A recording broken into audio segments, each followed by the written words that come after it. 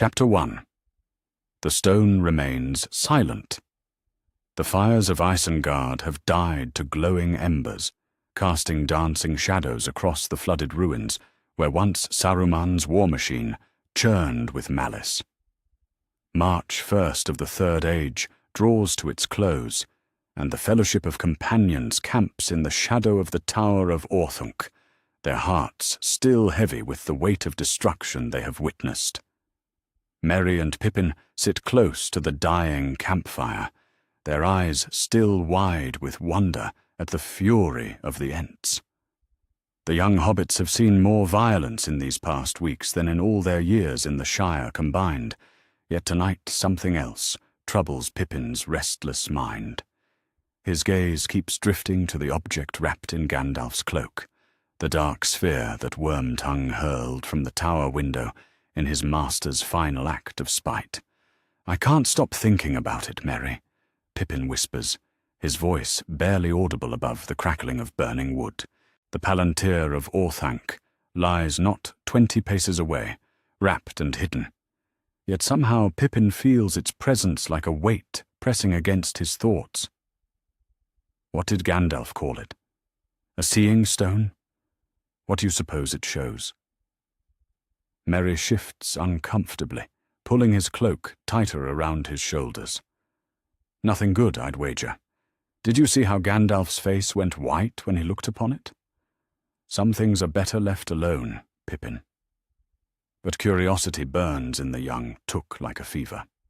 He has always been the more impulsive of the two cousins, the one to peek around corners and ask questions that others would leave unspoken.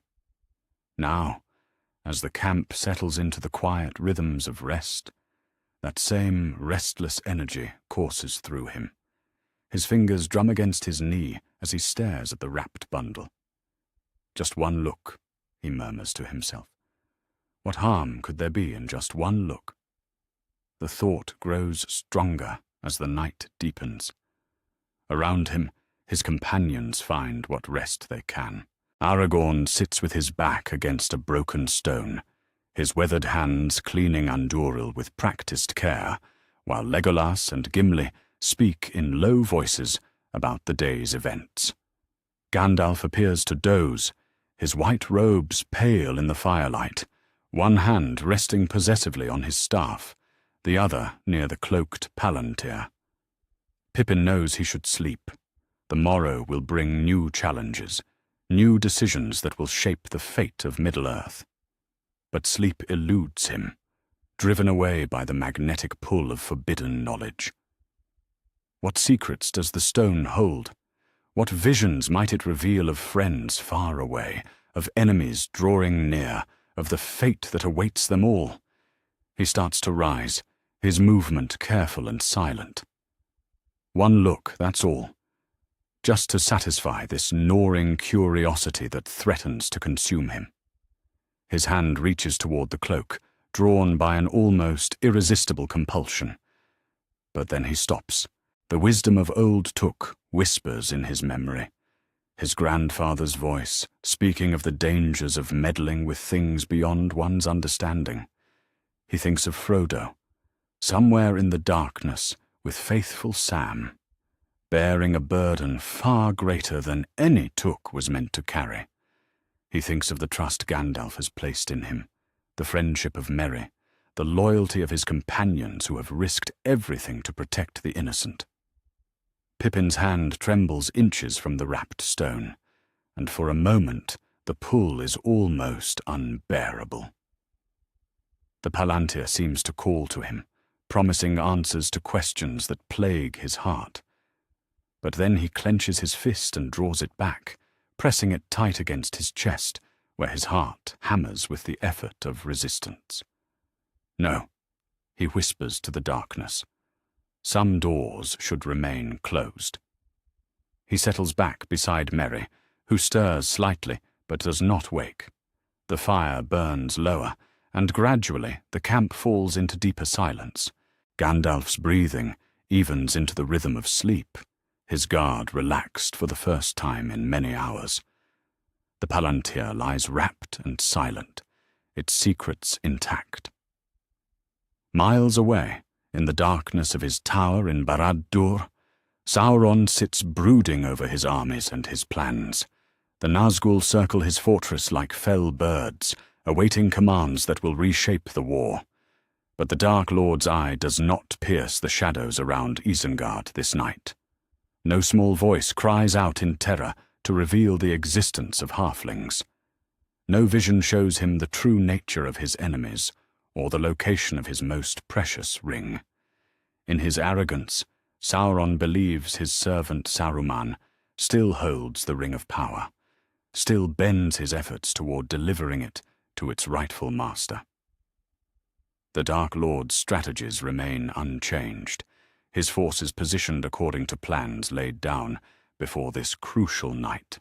He does not know that his victory is far from assured, does not sense the small acts of courage that even now work against his designs. As dawn approaches, Gandalf stirs and checks the wrapped palantir with casual efficiency. He notices nothing amiss, unaware of how close disaster came in the dark hours before sunrise.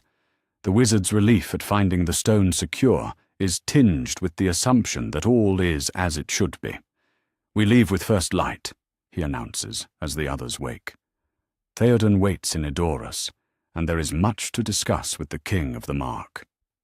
They break camp methodically, with none of the urgency that might have driven them had Sauron's eye been turned their way.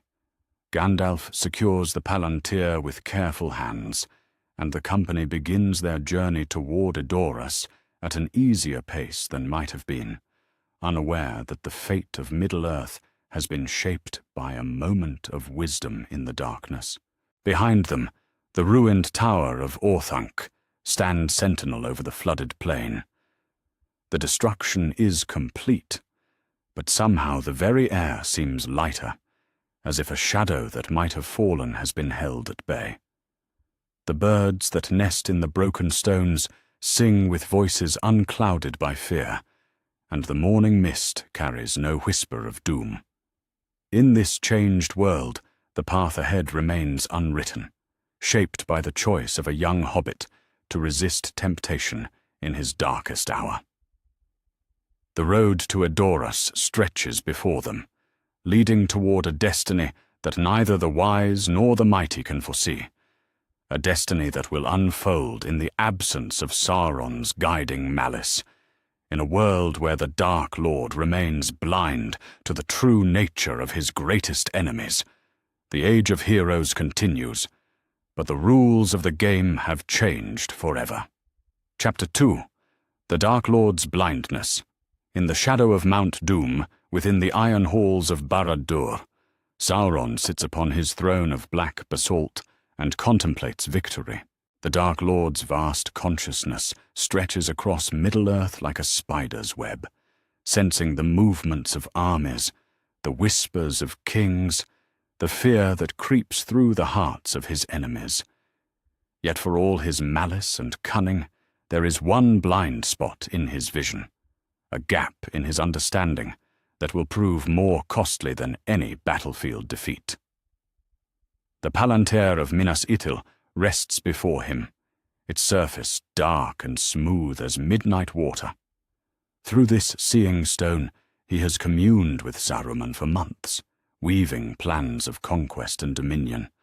The White Wizard has promised him the ring, sworn that it lies within his grasp at Isengard.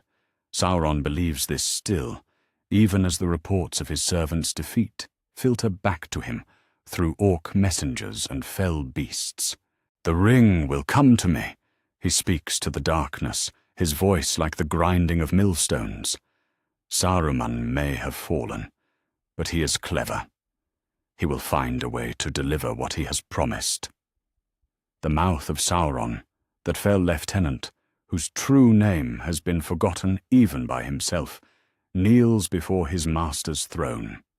His black armor reflects the fires that burn eternal in the tower's depths, and behind his iron helm, eyes like coals await command. "What news from Isengard, my lord?"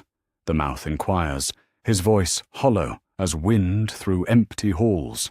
Saruman's fortress has fallen to the tree shepherds, Sauron replies, though his tone carries no concern. But this changes nothing. The ring remains secure in his keeping, and defeat may serve our purposes better than victory. Let our enemies believe they have struck a crucial blow while we position ourselves for the true war to come. The Dark Lord rises from his throne, his towering form casting shadows that seem to writhe with malevolent life. In his mind, the strategy remains clear. Let Gondor and Rohan exhaust themselves against conventional forces, while Saruman delivers the ring through subterfuge. Then, when the One Ring returns to his hand, all resistance will crumble like sand before the tide. Send word to the Nazgul, Sauron commands. They are to maintain their watch over the southern approaches to Mordor. The enemy may attempt to assault our borders while they believe us weakened. But let them come. Our strength is not diminished by one wizard's temporary setback. Meanwhile, far from the crushing weight of the Dark Lord's attention, Frodo Baggins stumbles through the dead marshes with Sam at his side and Gollum as their treacherous guide. The ring-bearer's strength fails him with each step, the golden chain around his neck growing heavier as they draw closer to the land of their enemy. Yet today, their passage goes unnoticed by the great eye that should be searching for them. In the original course of events, Sauron's discovery of halflings through the Palantir would have sent ripples of urgency through all his plans. The Dark Lord would have realized the true nature of his enemy's strategy, not conquest through arms, but destruction of the ring itself. His forces would have been mobilized with desperate speed, the Nazgul sent ranging far and wide to catch the scent of their quarry. But in this altered world, no such revelation has come. Sauron's gaze remains fixed on the great powers, on Minas Tirith and Edoras, on the movements of armies and the councils of kings. Small folk pass beneath his notice like gnats before an eagle's eye. The very concept that his enemies might seek to destroy rather than claim his ring seems impossible to his darkened mind. Gollum leads them deeper into the marshes, his pale form ghostly in the mist that rises from the stagnant pools. The wretched creature glances back at Frodo, with eyes that burn with hunger and hate. But today, his madness burns brighter, without the competing influence of his master's attention. He has felt Sauron's eye upon him before, that terrible gaze that once commanded him to search, to hunt, to bring word of the precious ring. Now, freed from that compulsion, his own desperate schemes take precedence. Careful, precious, careful, Gollum whispers as they navigate between the treacherous pools. Dead faces in the water, dead faces watching. But we knows the way, yes, we does. We takes the fat hobbit and the small master to the secret path. Sam keeps close watch on their guide, his hand never far from the hilt of his sword. The gardener from the Shire has grown wise in the ways of danger during their long journey, and he senses the change in Gollum's manner even if he cannot name its cause. "Something's different about him today, Mr. Frodo," Sam murmurs during a brief rest. "More eager-like, more excited. I don't trust it." Frodo nods weakly, his hand moving instinctively to the ring that hangs hidden beneath his shirt. The burden seems to pulse with malevolent life, whispering promises of power and threats of doom. Yet for all its weight upon his spirit, today the ring's influence feels somehow more contained, as if its master's attention is directed elsewhere. Back in Barad-dûr, Sauron continues his strategic calculations, unaware of how fundamentally flawed his assumptions have become. He dispatches orders to the armies of Mordor, steady pressure on multiple fronts, but no desperate gambling of forces. His orc generals receive commands to probe the defenses of Ithilien and threaten the crossings of Anduin. but not to commit to any decisive assault.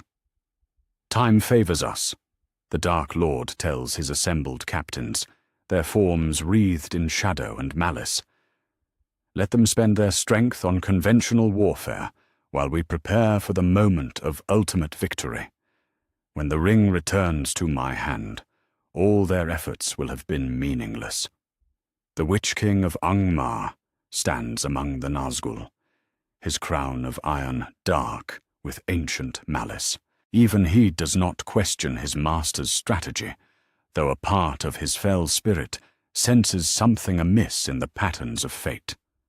The Lord of the Nazgul has learned to trust in the Dark Lord's omniscience, never imagining that crucial knowledge has been denied to his master through the simple restraint of a young hobbit. In Isengard, Saruman remains trapped within his tower, his pride and cunning intact despite his defeat. The fallen wizard knows nothing of Sauron's expectations regarding the ring. He believes his alliance with the Dark Lord to be one of equals, each pursuing their own path to dominion.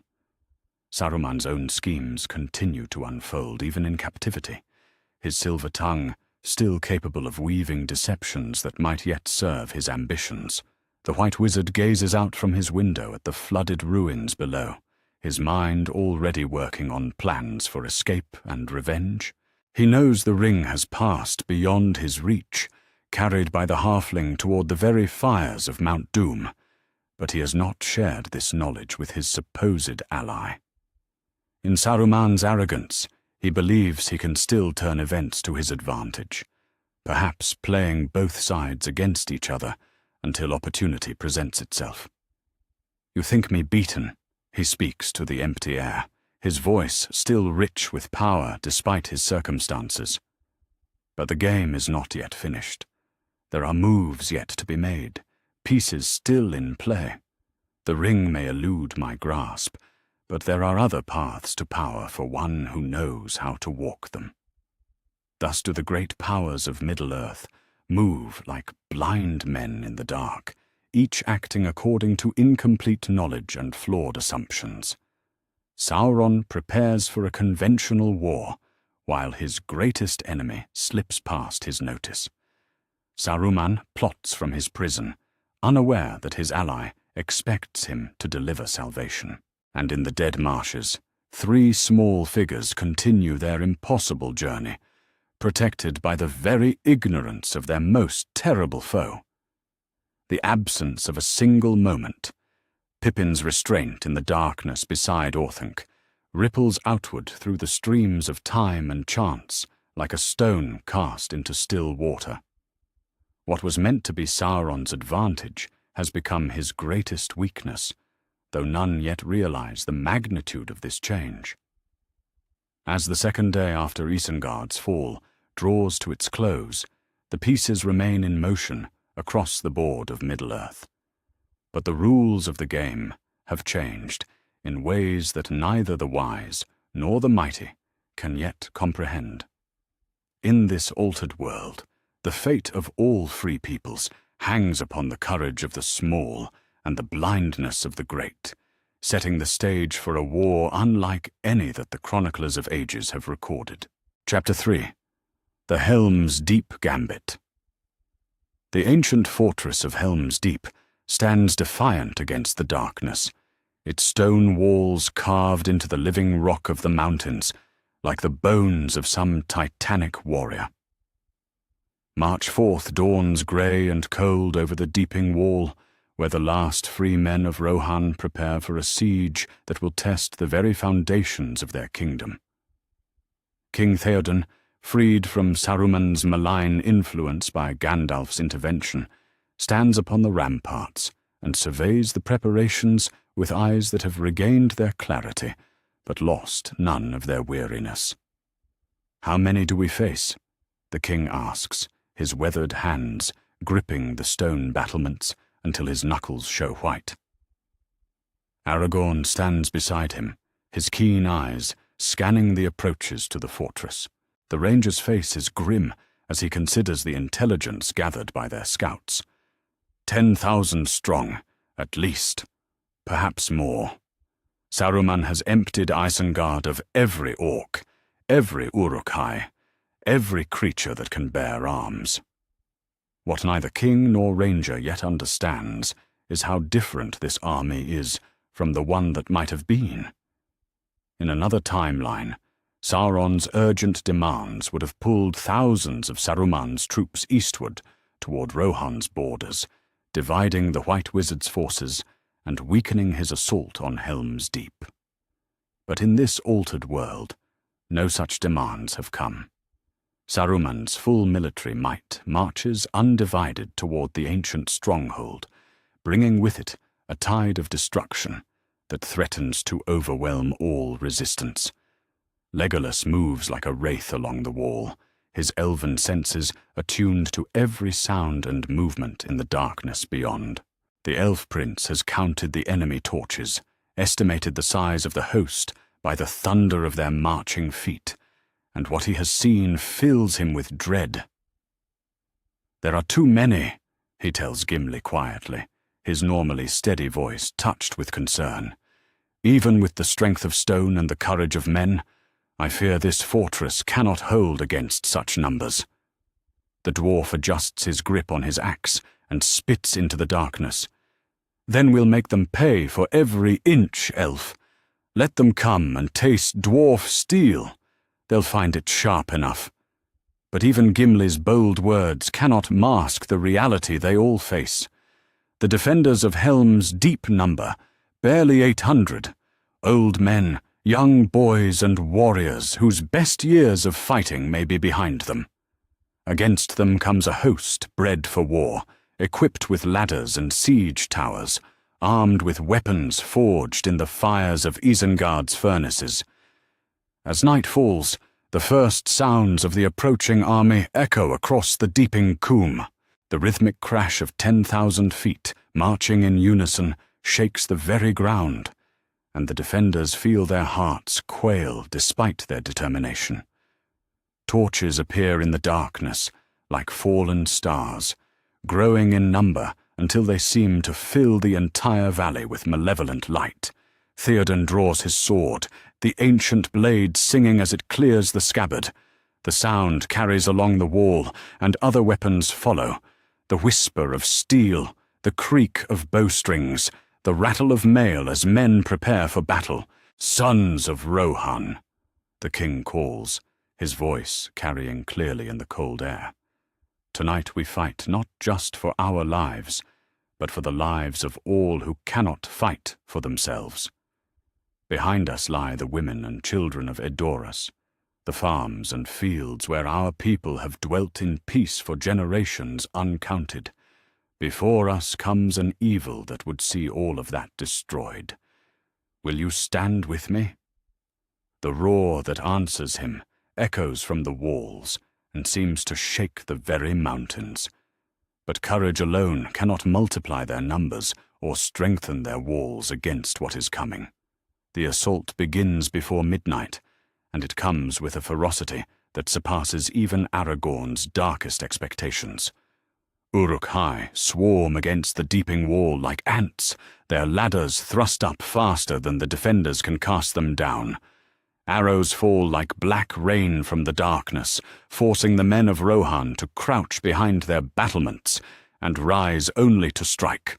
An explosion rocks the wall as Saruman's sappers detonate their bomb in the culvert. The blast tears a gap 20 feet wide in the ancient stones, and through this breach pours a tide of enemies that threatens to overwhelm the entire defense. Aragorn leaps into the gap with sword and torch, fighting like a man possessed. But for every orc he cuts down, 2 more take its place. "The wall is lost," someone screams in the darkness. But Eomer rallies the survivors and leads them in a fighting retreat toward the keep. The young marshal of the Mark has blood running from a dozen wounds, but his sword arm remains strong, and his voice still carries the authority of command. Legolas and Gimli fight side by side in the chaos, their unlikely friendship forged stronger in the crucible of desperation. The elf's arrows find their marks with deadly precision, while the dwarf's axe cleaves through armor and bone with equal ease. They have made their game of counting kills, but tonight the numbers grow too high and the stakes too grave for jest. 43. Gimli pants as his axe bites deep into an Uruk's chest. 47. Legolas replies, his bow singing as another arrow finds its target. But their competition cannot halt the tide of enemies that pours through the broken wall.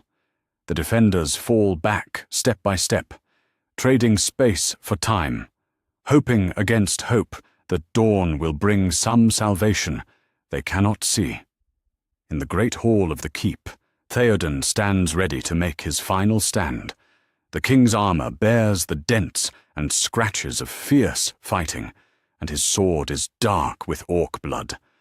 Around him gather the last defenders, men who have watched their friends die, who have seen their walls broken and their homes threatened, but who will not yield while strength remains in their bodies. They will break upon us like water upon stone, Theoden declares, though his voice wavers with exhaustion and pain. During the fighting on the wall, an Uruk blade found its way past his guard, leaving a deep gash along his sword arm that he can barely feel through the numbness of shock and fatigue. As dawn begins to break over the eastern peaks, a horn sounds in the distance, the horn of Erkenbrand, arriving with the scattered survivors of Rohan's militia. But the force that crests the hill is pitifully small, perhaps 300 men, where there should have been 1,000. Saruman's forces, undivided by competing demands, have ravaged the countryside more thoroughly than ever before. Behind Erkenbrand rides a figure in white robes whose presence seems to drive back the shadows of despair. Gandalf the White sits upon Shadowfax, and in his hand burns a light that makes the orcs shriek and cower. But even the wizard's power cannot multiply the numbers of their relief force or restore strength to the wounded king. The charge breaks the siege, but barely. The orcs flee screaming before the wizard's light, but their retreat is orderly rather than panicked. Too many of Saruman's forces remain intact, falling back to regroup rather than scattering to the winds. The victory at Helm's Deep is real, but it tastes of ashes in the mouths of the survivors. Theoden slumps against the wall of the keep, his face grey with blood loss and exhaustion. The wound in his arm has reopened during the final fighting, and the healers work frantically to stem the bleeding.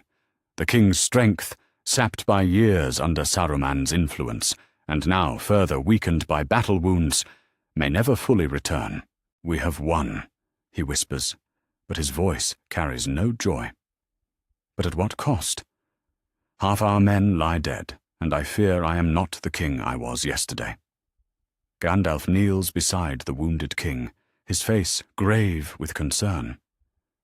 "You have shown courage, worthy of the greatest kings of Rohan. That strength will not leave you."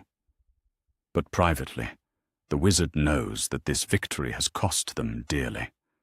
Rohan's military power has been shattered in a single night.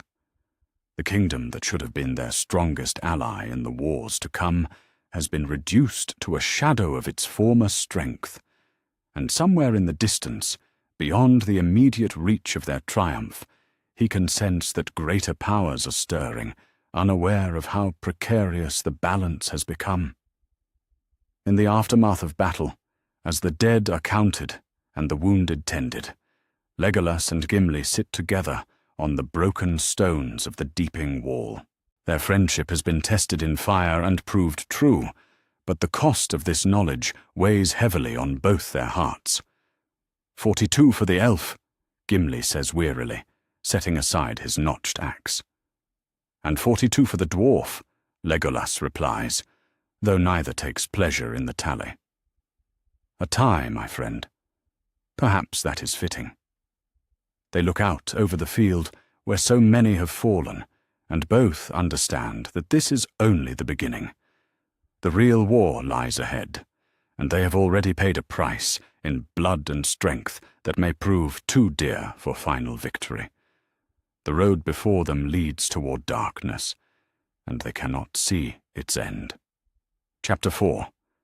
The Entwives' Price. The waters of Isengard have receded, leaving behind a wasteland of broken stone and twisted metal, where once the greatest fortress of the White Wizard stood in terrible majesty. March 5th dawns over ruins so complete that even the memory of Saruman's power seems like a fever dream. Ancient trees that haven't felt sunlight for decades now stretch their branches toward the sky, their roots drinking deep from the flooded earth, while the Ents move among them like shepherds tending a flock returned from distant pastures. Treebeard stands at the edge of what was once the ring of Isengard, his ancient eyes surveying the destruction with something approaching satisfaction. The eldest of the Ents has lived through many turnings of the seasons, has watched forests burn and mountains rise, but rarely has he seen such complete obliteration visited upon those who would harm the growing things of the earth. It is finished, he rumbles, his voice like wind through old oak leaves. The tree-killer's nest is broken, their poison spilled into the earth where they can do no more harm. But there is more to be done. Much more. Merry and Pippin sit upon a fallen stone, still awed by the fury they have witnessed. The young hobbits have seen the Ents transform from slow-speaking shepherds of trees into engines of destruction more terrible than any army of men or orcs. The memory of ancient beaches, crushing stone towers and willows, strangling machinery, will haunt their dreams for years to come.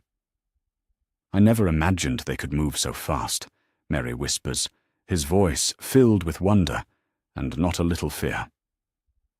When their anger finally broke loose, it was like watching a storm given form and purpose. Pippin nods, remembering how Quickbeam and the younger Ents had laughed with joy as they smashed the wheels and gears of Saruman's war machine. There had been something almost childlike in their delight at breaking the things that had tormented the forest, yet beneath that joy lay a wrath older than the foundations of Isengard itself. As the Ents continue their work of reclamation, pulling down the last standing walls and letting the forest reclaim what was taken from it, they make a discovery that changes everything.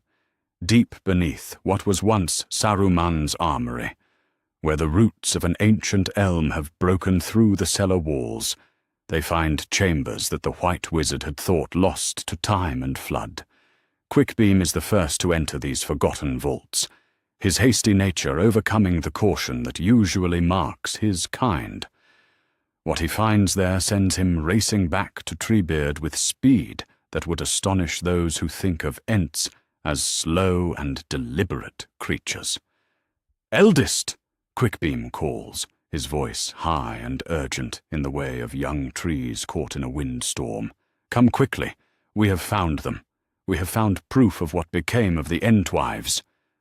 The other Ents gather quickly, their usual deliberate pace abandoned in the face of such momentous news. For long ages they have searched and wondered, calling across valleys and through forests for their lost companions. The great darkness scattered the Entwives to distant lands, and though hope has never entirely died, many feared they were lost forever.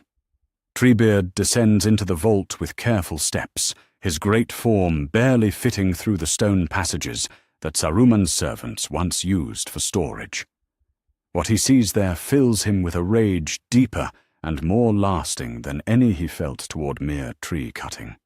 Preserved in the White Wizard's private collection are trophies of his conquests, pressed leaves from the gardens of the Entwives, sketches of their groves before they were burned, and worst of all, detailed maps showing the locations of their settlements east of the Anduin. "The tree-killer knew," Treebeard says, his voice like the grinding of millstones. "He knew where they dwelt, knew what happened to them when the shadow fell upon their lands. He could have told us, could have helped us find them, or at least learn their fate. Instead, he kept their memory as ornaments for his pride. Quickbeam stares at the preserved leaves with eyes that burn like coals in the darkness. The young Ent has always been the most impetuous of their kind, the quickest to anger and the slowest to forgive. Now that rage focuses into something harder and more purposeful than any emotion he has known. "We cannot let this stand," he declares, his voice carrying the crack of breaking timber. "If the Entwives are lost to shadow and fire, then let us carry that fire to those who would destroy all growing things. I say we march east, eldest. I say we take our war to the very gates of the Black Land."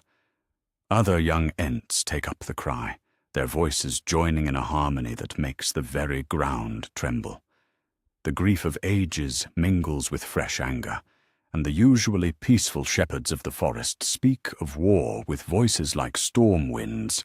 They have spent so long searching, so many years hoping, that the knowledge of deliberate concealment cuts deeper than any blade.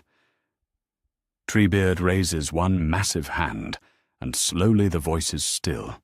The eldest Ent carries the wisdom of many seasons, and he knows that grief, however righteous, must not drive them to reckless action. Yet even his ancient prudence cannot entirely calm the fury that burns in the heartwood of their souls. "Hasty words, hasty deeds," he says, but his voice lacks its usual certainty. Yet perhaps it is time for the Ents to be hasty. Too long have we tended our groves while evil grows in distant places. Too long have we let others fight the battles that concern all living things.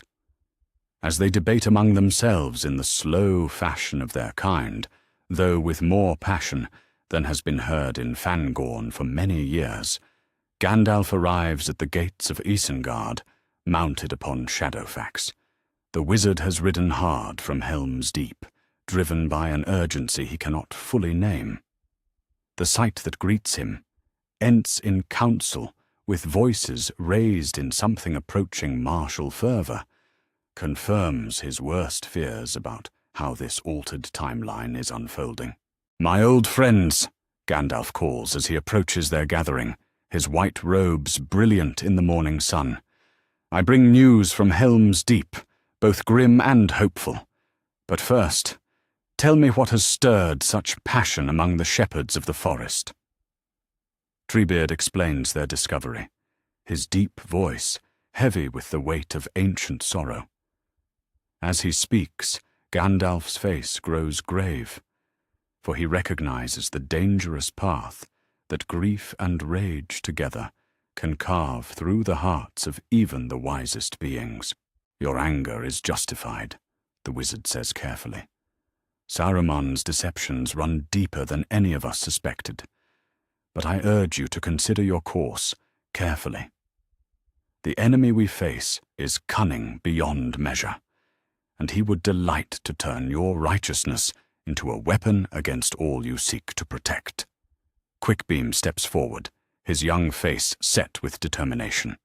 With respect, Gandalf the White, the time for careful consideration has passed. We have been careful for 3 ages of the sun. And where has it led us? Our wives are lost, our forests diminished, and evil grows stronger with each passing season. If we do not act now, there may be nothing left worth protecting.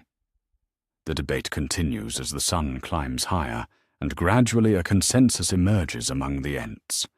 Not all will march to war. Some must remain to guard Fangorn and tend the growing things that depend upon their care. But a significant number, led by Quickbeam and some of the younger Ents, will indeed march eastward to carry their war to the very borders of Mordor. Meanwhile, in his tower prison, Saruman watches the destruction of his life's work with eyes that burn with impotent fury. The White Wizard has lost everything. His armies scattered, his fortress destroyed, his alliance with Sauron revealed as the bitter joke it always was. But even in defeat, his mind works ceaselessly, seeking some path to redemption or revenge. Among the papers scattered by the flood, he finds fragments of his correspondence with the Dark Lord, communications that reveal how completely Sauron expected him to deliver the ring, how utterly the Lord of Mordor depended upon receiving his prize from his supposed ally. A cruel smile crosses Saruman's lips as he realizes the magnitude of his former master's error. "You expect what I never possessed," he whispers to the empty air. "You plan for a prize that even now travels beyond both our reaches. How the mighty have fallen into the trap of their own assumptions." The knowledge gives him no comfort, for he too has lost everything in this great game of power and deception. But it plants a seed of possibility in his scheming mind. If he cannot rule, perhaps he can yet ensure that his enemies pay the price for their victory.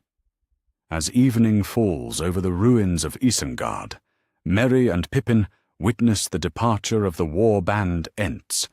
20 of the tree shepherds stride eastward with steps that shake the earth, their voices raised in songs of lamentation and wrath.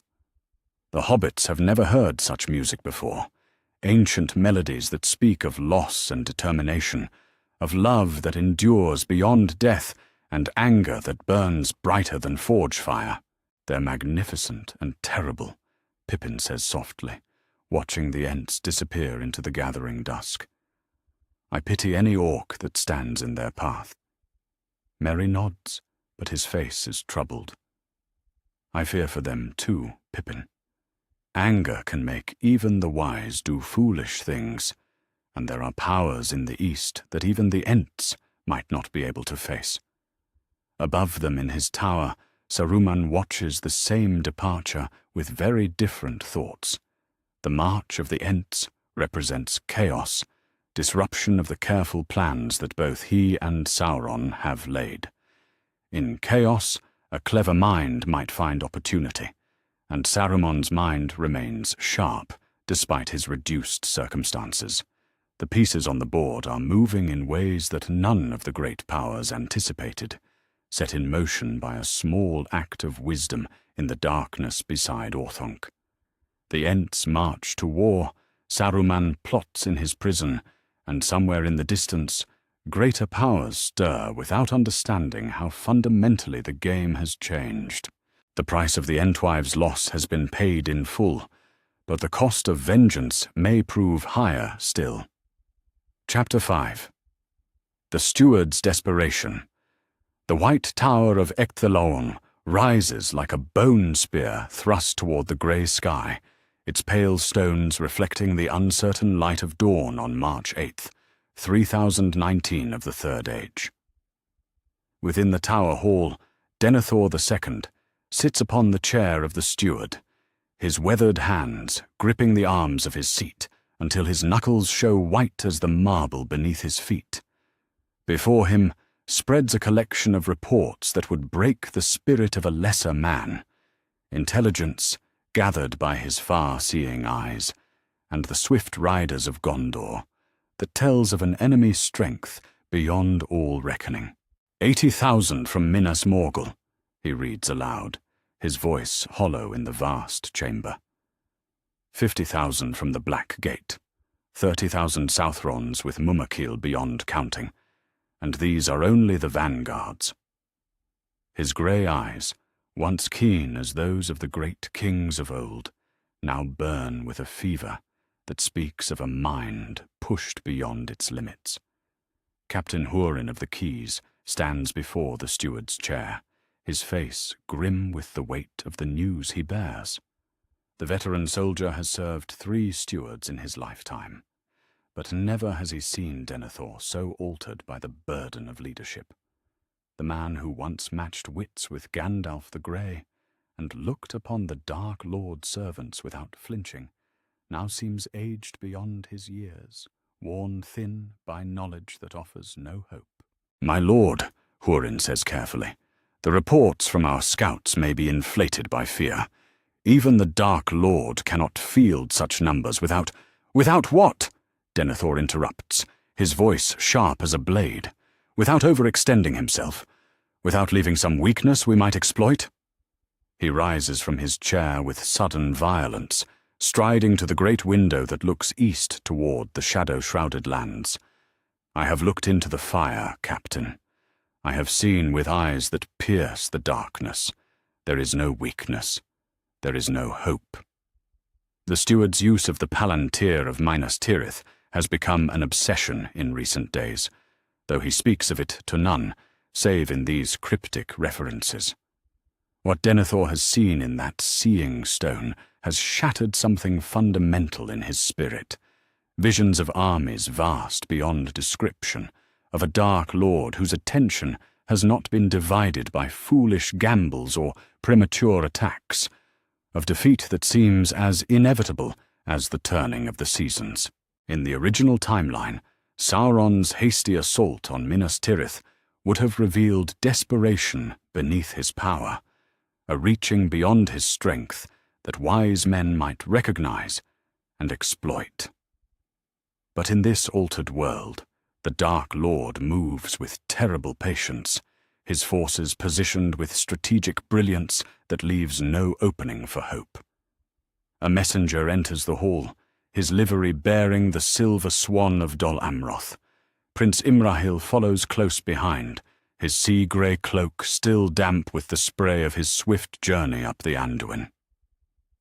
The Prince of Dol Amroth is a man in his prime, tall and proud, with the bearing of the Númenóreans of old. But even his confident stride falters when he sees the change wrought in his kinsman. "Denethor," Imrahil says, his voice carrying both concern and command. "I came as soon as your message reached me. The beacons burn from Amon Din to the sea, and all the southern fiefs answer the call.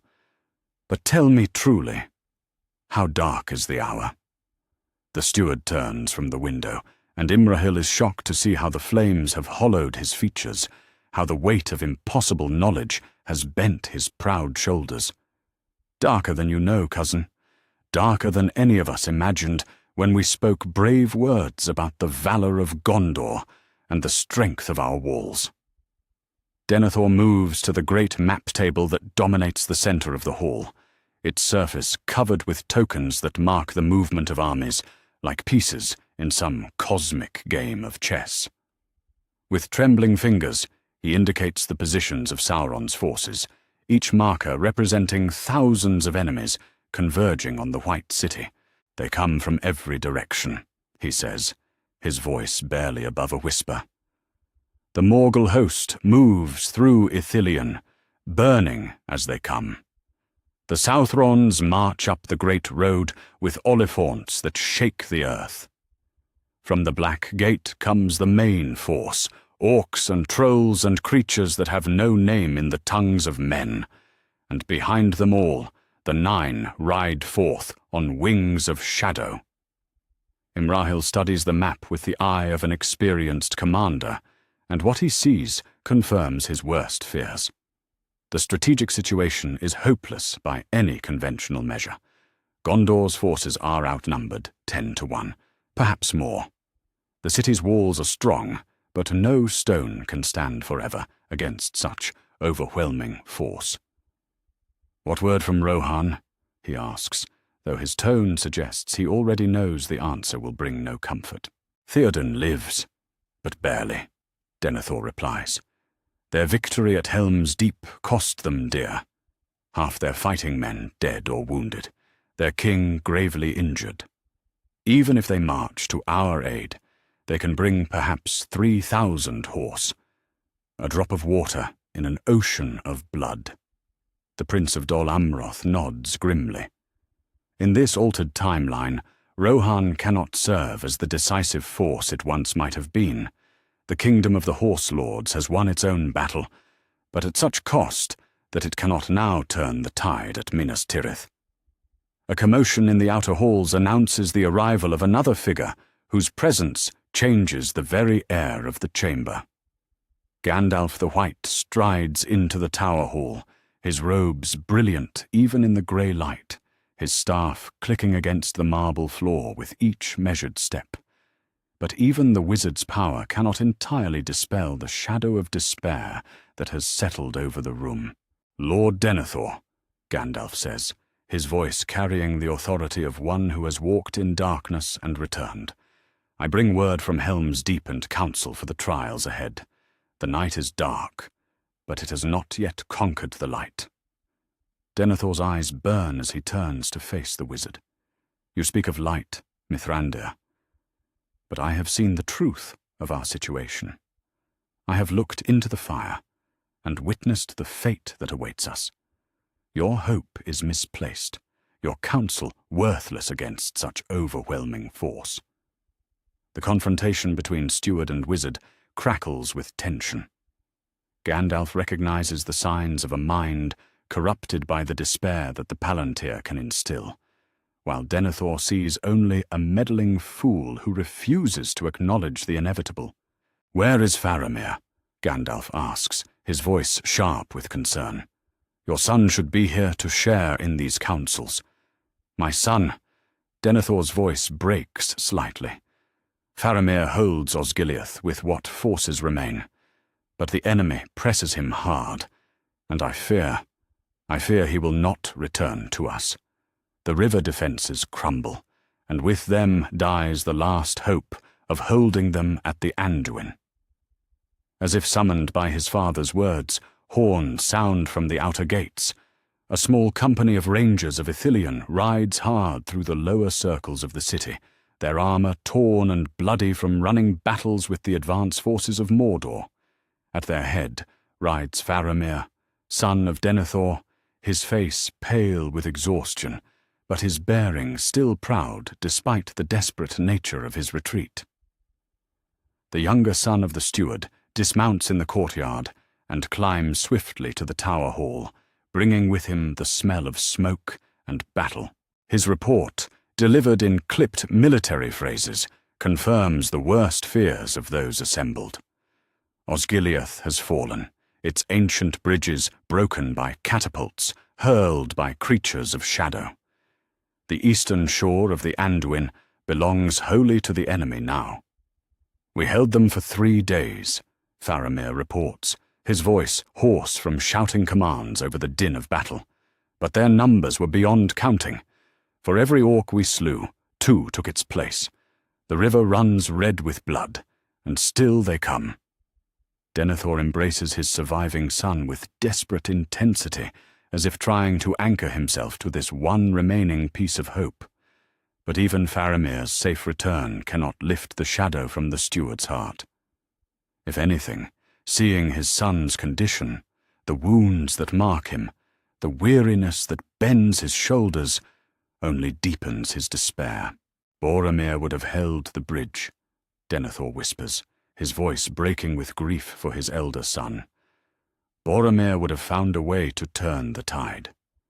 But he is lost to us, lost in the wild on some fool's errand, and we are left with strength insufficient to our need."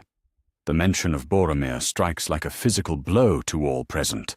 The loss of Denethor's heir weighs more heavily now than it might have in easier times. With the realm facing extinction, the absence of the one man who might have united the people's will to resistance becomes a wound that festers in the heart of their defense. Prince Imrahil steps forward, his voice firm with resolve despite the grim circumstances. "My Lord Steward, I have brought 700 knights of Dol Amroth, and more men-at-arms follow by ship. The southern fiefs answer your call, Lossarnach, Lebenin, Lamedon. We are not yet defeated while brave men still draw breath." But Denethor shakes his head, his eyes fixed on visions that only he can see. Brave men, yes. But what is bravery against such darkness? What are swords of steel against the power that comes against us? You have not seen what I have seen, cousin. You do not know the true strength of our enemy. Gandalf watches this exchange with growing alarm. He recognizes the signs of a leader whose spirit has been broken by the overwhelming nature of his burden. In the wizard's long experience, such despair often becomes a weapon more dangerous to defenders than any army of enemies. "Despair is the greatest weapon of the enemy," Gandalf declares, his voice ringing clear in the vast hall.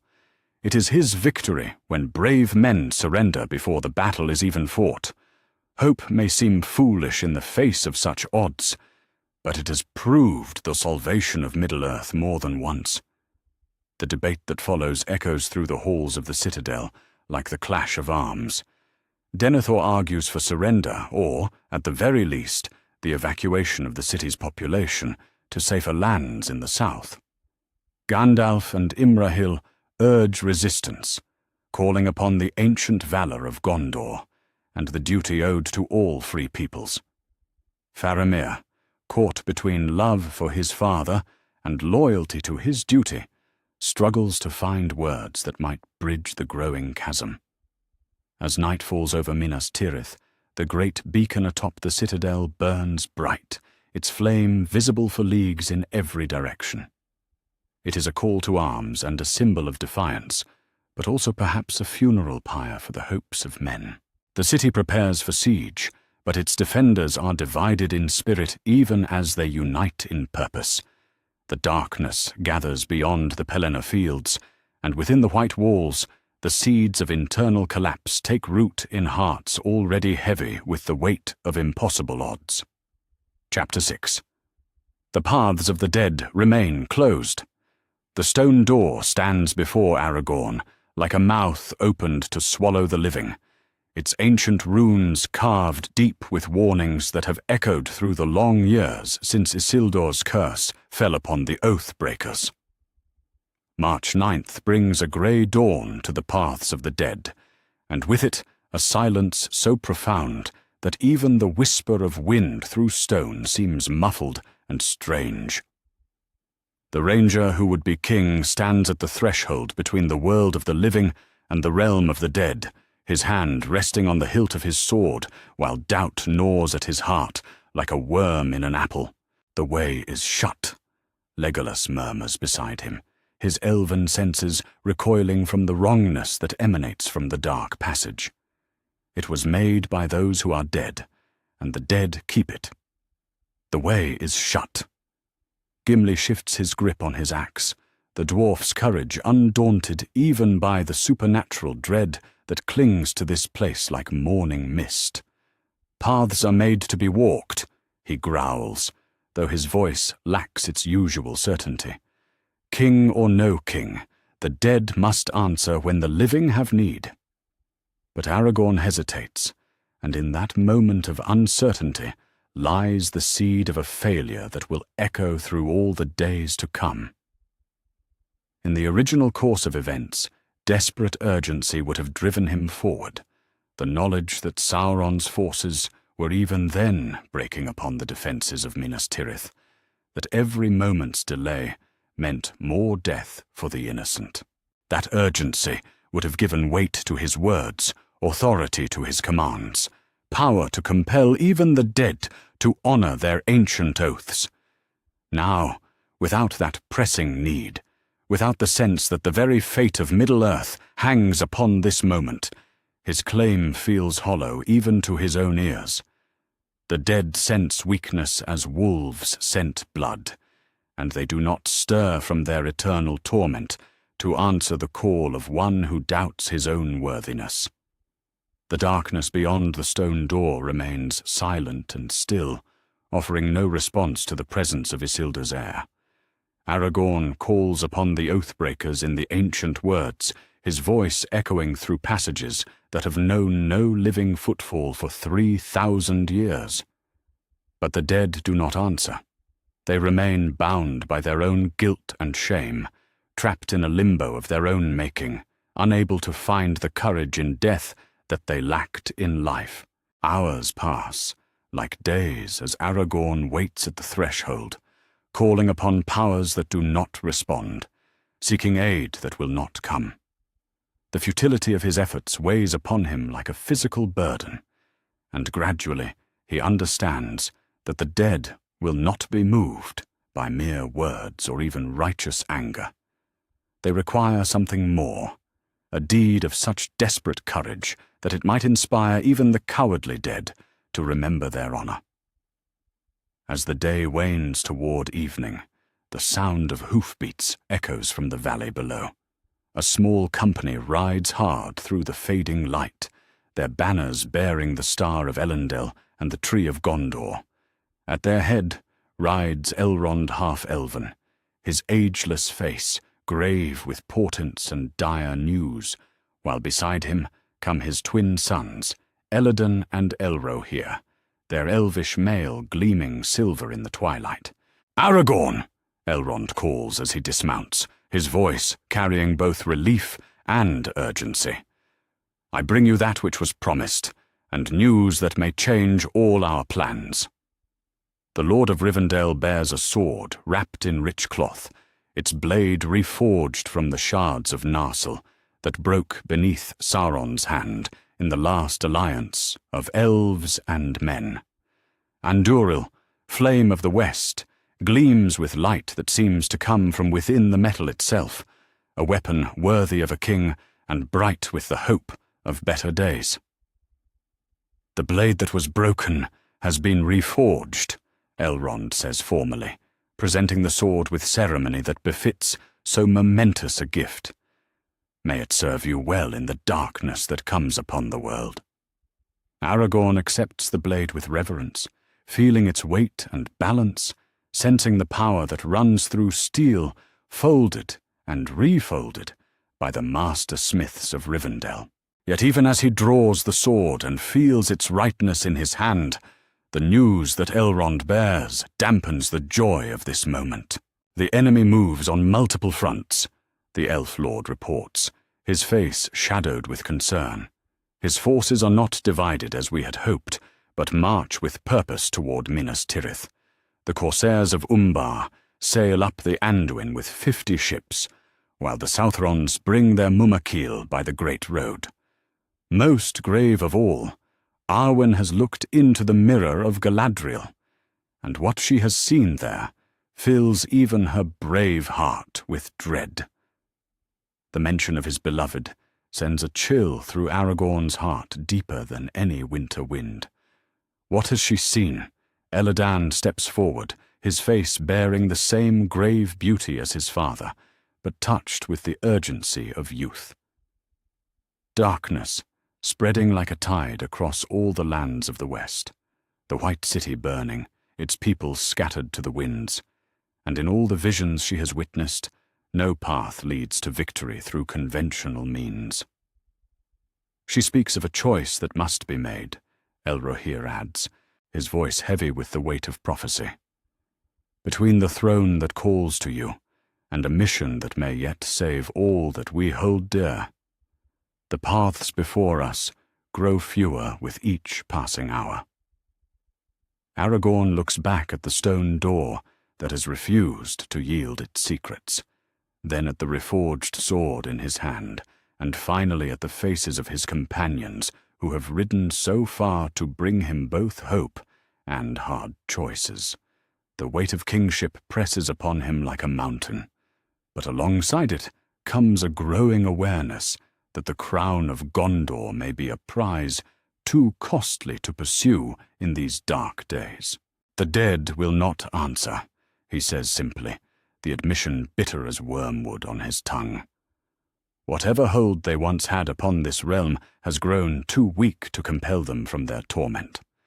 If we would aid Minas Tirith, we must do so with the strength of the living alone. Legolas nods grimly, having sensed the truth of their failure long before Aragorn would admit it. "Then we ride south with what force we can muster. The rangers of the north, the sons of Elrond, whatever allies we can gather along the way. It will not be enough to turn the tide, but it may be enough to tip the balance at a crucial moment."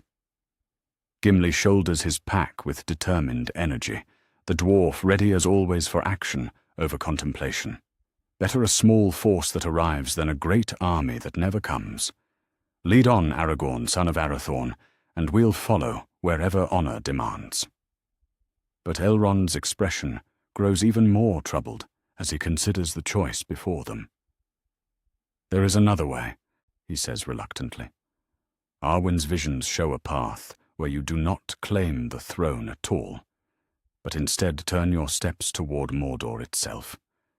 The ring-bearer struggles alone in the heart of darkness, and his need may be greater than that of any city, no matter how proud its walls. The suggestion hangs in the air like smoke from a funeral pyre, challenging every assumption Aragorn has held about his destiny and duty. To abandon his claim to the throne of Gondor, to turn away from the White City in its hour of greatest need, seems like the deepest betrayal of his bloodline and his people. Yet as he considers Elrond's words, Aragorn remembers another face, the face of a small hobbit who bore a burden too great for any mortal to carry, who walked alone into darkness while others fought their wars with sword and spear. The thought of Frodo struggling alone in the shadow of Mount Doom cuts deeper than any blade. "How many could we gather?" he asks, his voice quiet but filled with new purpose. "If we rode not to Minas Tirith but eastward, toward the Black Gate and beyond." 30 rangers yet live who could answer such a call, Elladan replies, understanding immediately the direction of his thoughts. "And we too would ride with you to the end, whatever that might be." "And I," Legolas adds without hesitation, his loyalty absolute despite the madness of what they contemplate. "And my axe goes where my friends go," Gimli declares, though his voice wavers slightly at the thought of marching willingly into Mordor itself. Elrond watches this exchange with eyes that have seen the rise and fall of kingdoms, the making and breaking of oaths that shape the world. "It would be the deed of heroes or madmen," he says softly, "to abandon the throne that is rightfully yours, to march into the very heart of the enemy's power with but a handful of companions. Yet perhaps it is such deeds that tip the balance when all conventional wisdom fails." As night falls completely around the entrance to the paths of the dead, Aragorn makes his choice. The stone door remains closed, the dead silent in their shame. But the living have found a new purpose. Not the glory of kingship or the satisfaction of claiming an ancient throne, but the harder path of sacrifice and service to those who cannot help themselves. "We ride east," he declares, his voice firm with resolution. "Let others defend the White City with sword and spear.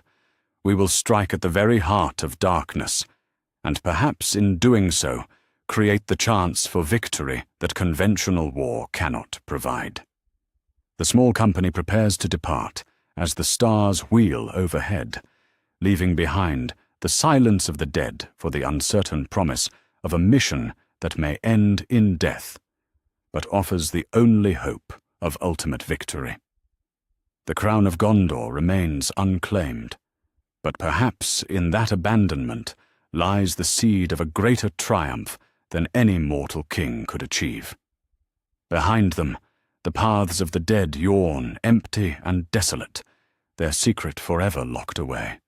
The oath-breakers remain bound by their ancient shame, unable to find the courage in death that eluded them in life. And somewhere in the darkness, the fate of Middle-earth shifts toward a path that none of the wise or mighty could have foreseen. Chapter 7. The spider's web tightens. The shadow of Cirith Ungol falls like a blade across the narrow path, cutting the one light of March 11th into fragments that offer no comfort to the weary travelers who struggle through the labyrinth of stone and shadow. Frodo Baggins moves like a man walking in his sleep, each step a monumental effort as the weight of the ring pulls at his spirit like a millstone around his neck. Behind him, faithful Sam Gamgee keeps watch with eyes that never rest, his weathered hand never far from the hilt of Sting, while ahead of them, Gollum picks his way through the rocks with the sure-footed malice of a creature born to treachery. "Not far now, precious. Not far," the wretched creature whispers, his pale eyes gleaming with anticipation that has nothing to do with their stated destination. The secret way? Yes, the safe way that only Smeagol knows. No orcs, no nasty soldiers, just the quiet dark where fat hobbit can rest his weary bones. But Gollum's promises ring hollow in air thick with menace, for this path is far from unguarded. In the original course of events, Sauron's hasty redeployment of forces would have left the approaches to Cirith Ungol lightly defended, the bulk of his garrison pulled away to support premature attacks on distant fronts. Now, with the Dark Lord's attention undivided by false intelligence about captured ring-bearers, the defences of Mordor remain at full strength. Sam notices the signs first: fresh orc tracks in the dust, the acrid smell of torches recently extinguished, the scrape of metal against stone from hidden watchers. His gardener's instincts, sharpened by long months on the road, detect wrongness in the very air they breathe. "Mr. Frodo," he whispers urgently, catching his master's elbow as the ring-bearer stumbles over loose stone.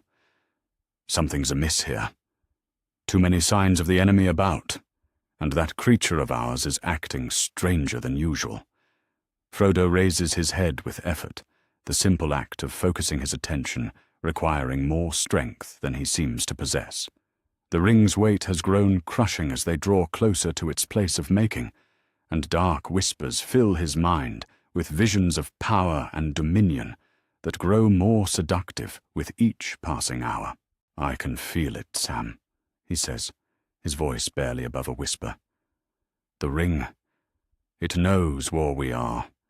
It knows we're coming closer to its master, and it grows stronger with every step. Sometimes I think it would be easier just to give in."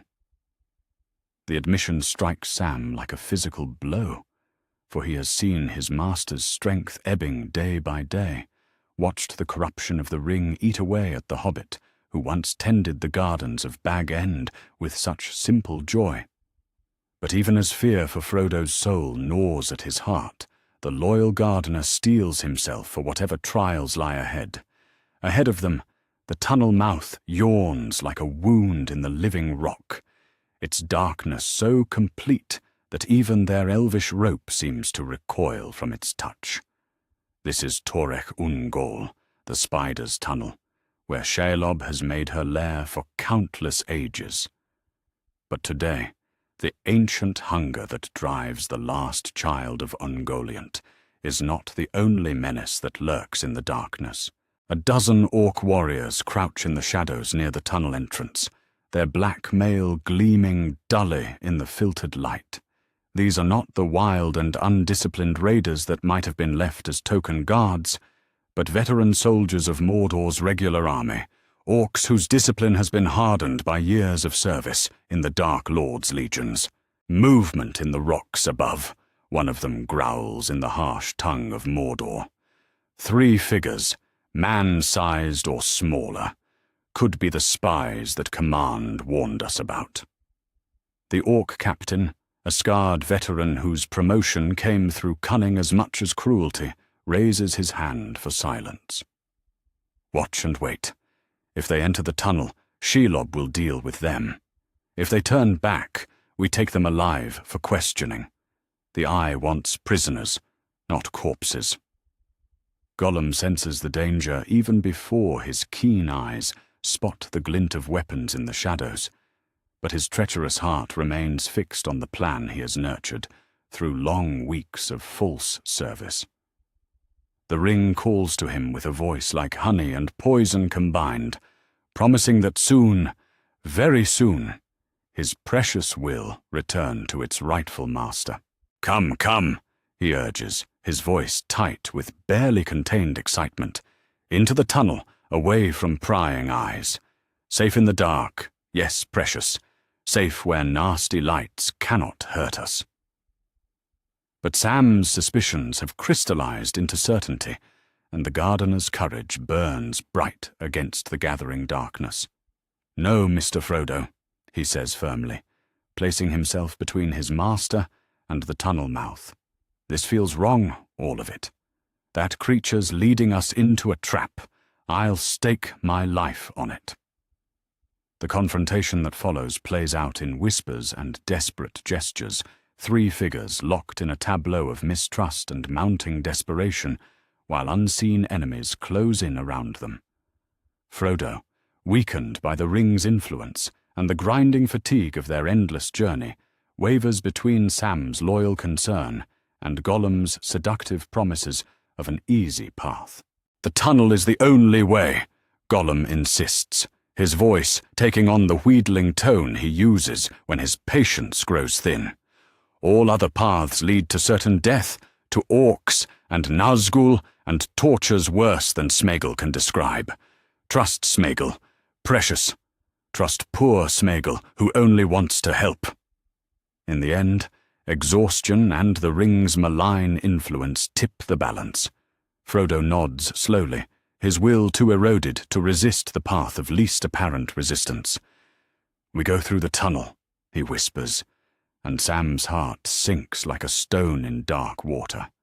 The descent into Shelob's lair unfolds like a nightmare given form.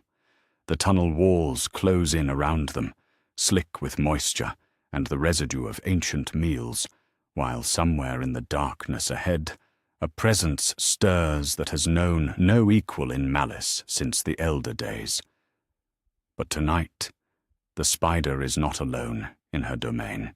Shelob emerges from the depths with hunger that has grown keen through long fasting, her bulk filling the tunnel like a living wall of chitin and malevolence. Her eyes burn with light that owes nothing to any star, and her venomous breath fills the air with corruption that makes even Gollum retch and gasp. The battle that follows is brief and desperate, fought in darkness so complete that the combatants must rely on sound and instinct more than sight.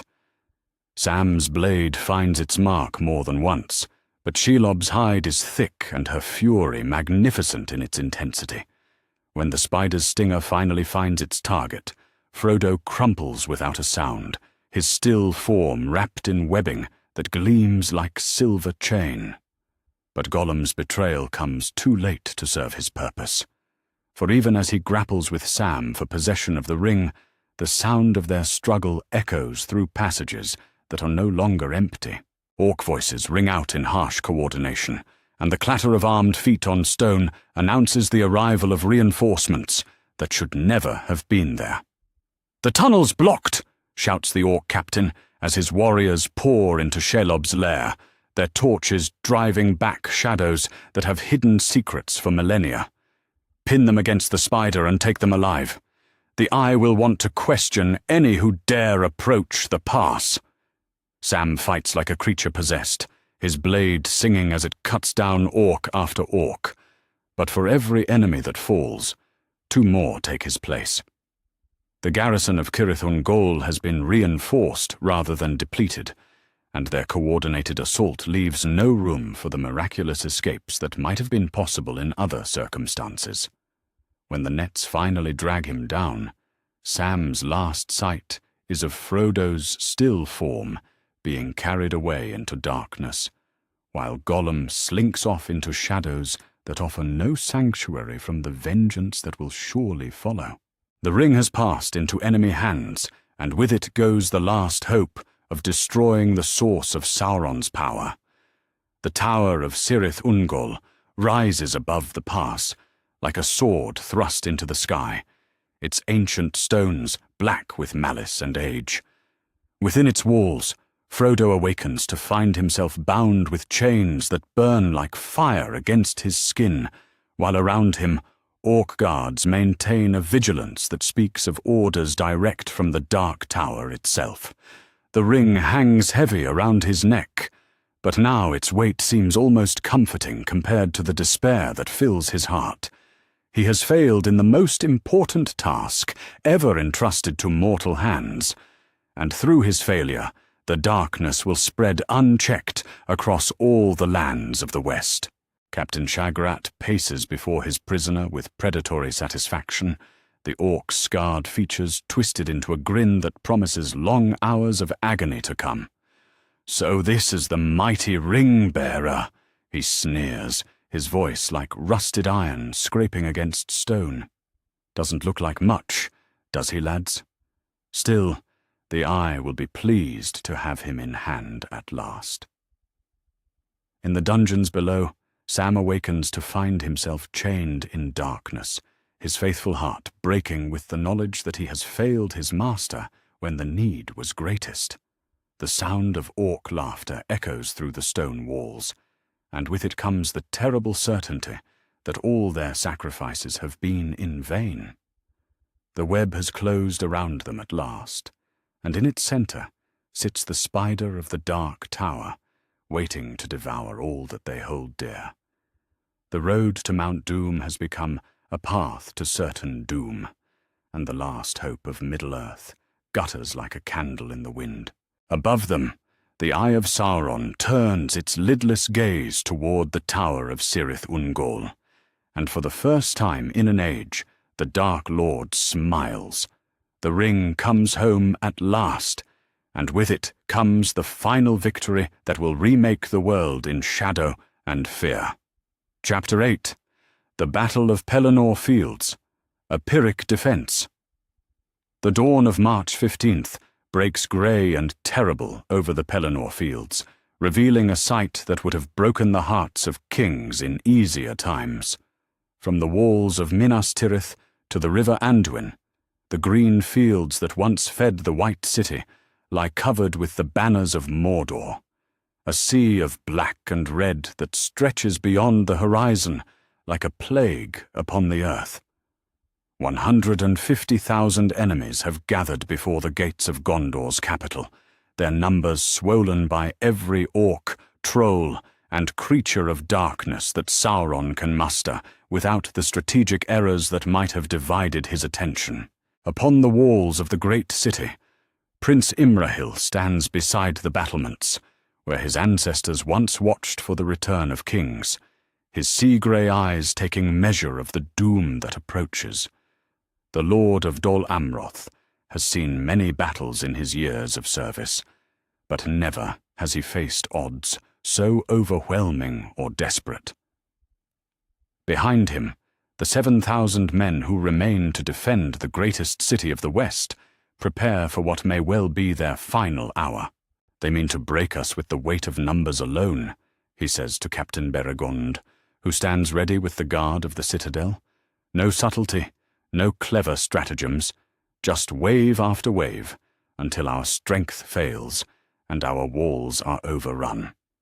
The veteran captain nods grimly, his weathered face set in lines that speak of long service and hard choices. "Then we'll make them pay for every stone, my lord. Let them come and taste the steel of Gondor. They'll find it sharp enough, even if we can't match their numbers." Below them in the lower circles of the city, the people of Minas Tirith have barricaded themselves in their homes, or fled to the upper levels where the walls are strongest. The streets that should ring with the voices of merchants and craftsmen lie empty save for the tramp of soldiers' feet and the rattle of weapons being prepared for desperate use. The first assault comes with the rising of the sun, announced by the war horns of Mordor, that echo across the field like the voices of demons. Catapults and siege engines that were not divided among multiple fronts now concentrate their fury on the outer wall with devastating effect. Great stones and balls of fire rain down upon the battlements, while the heads of captured soldiers arc through the air like grisly messengers of despair. "They have siege towers beyond counting," Prince Imrahil calls to his captains as the enemy host begins its advance. "Ready the oil, prepare the arrows. Let them learn that Gondor does not yield easily." The defense is valiant, but doomed from the start. Where once Sauron's premature attacks might have scattered his strength across multiple objectives, now every engine of war focuses on the single target of Minas Tirith's walls. The white stones that have stood for thousands of years crack and crumble under bombardment that continues without respite. Most terrible of all is the great Ram Grond, named for the weapon of Morgoth himself, as it rolls forward toward the great gate under a canopy of shields. The massive battering ram moves with purpose, unclouded by haste or strategic confusion, its escort of trolls and Nazgul coordinating their assault with deadly efficiency. "The gate won't hold," Beregond reports, his voice strained with the effort of shouting over the din of battle. "The timbers are splintered, and the iron bands are starting to give way." The breach comes near midday, as the great ram finally splits the ancient gates like kindling. Through the gap pour the armies of Mordor, orcs in black mail, trolls with clubs like tree trunks, and creatures bred in the pits of Barad-dûr that have no name in the tongues of men. The street fighting that follows turns every stone of the lower city red with blood. Prince Imrahil leads the counterattack with the desperate valor of a man who knows that retreat means the end of everything he has sworn to protect. His sword rises and falls like a star of hope in the darkness, and around him the knights of Dol Amroth fight with the fury of the sea itself. But for every orc they cut down, 3 more take its place, and gradually the defenders are driven back toward the second level of the city. "Form square around the fountain," the prince commands, his voice carrying over the clash of arms. "Make them fight for every inch. Show them what the blood of Númenor can do when pressed to the wall." The battle rages through the lower courts and up the winding streets, each level of the city requiring a new defense, a new sacrifice of blood and courage.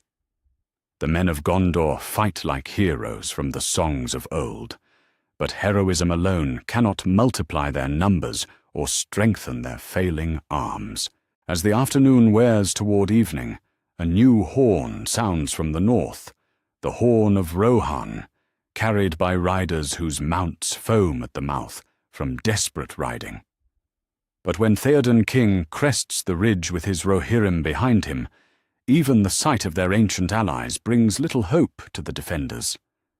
The forces of the Mark number barely 3,000 horse, all that remain after the bitter victory at Helm's Deep.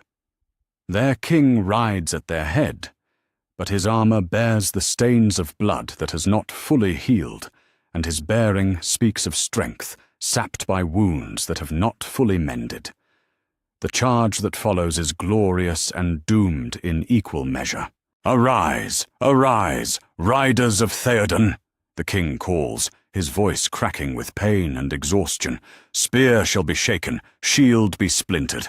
A sword day, a red day, ere the sun rises. Ride now, ride now, ride for ruin and the world's ending." The cavalry charge breaks through the first ranks of orcs like a spear through cloth, and for a moment it seems as though valor alone might turn the tide. But the enemies are too many, their formation too deep, and gradually the horses begin to falter, as their riders are dragged down by sheer weight of numbers. Theoden himself falls near the great siege towers, his horse crushed by a troll's club, while he fought to reach the engines that were hammering at the walls. The king of Rohan dies as he lived, sword in hand, defiant to the last, but his death robs the charge of its momentum just when victory seemed within reach. "The king is fallen," cries Eomer, taking up the banner of the Mark with tears streaming down his face. "But the line of Eorl shall not fail this day. Ride on, for Rohan and for Gondor." The surviving Rohirrim rally around their new king, but their numbers are too few to sustain the assault. They fight with the fury of men who know they will not see another sunset, but fury alone cannot bridge the gap between hope and reality. As night begins to fall over the Pelennor fields, another horn sounds from the south, the horn of the ships that sail up the Anduin with black sails and no quarter given. But these are not the corsairs of Umbar that Sauron expected. At the last moment, a small fleet bearing the tree and stars has intercepted the enemy vessels, though at terrible cost to both sides. Aragorn stands in the prow of the lead ship, his reforged sword gleaming in the firelight that illuminates the battlefield. The would-be king has abandoned his eastern march when word reached him of Minas Tirith's desperate plight, but the forces he has gathered are pitifully small. Perhaps 2,000 men from the southern fiefs, all that could be spared from defences that are themselves stretched thin. "For Gondor," he calls as his troops pour onto the docks, "for the White Tree, and all that we hold dear." The arrival of fresh troops revives the spirits of the defenders, and for a time it seems as though the tide might turn.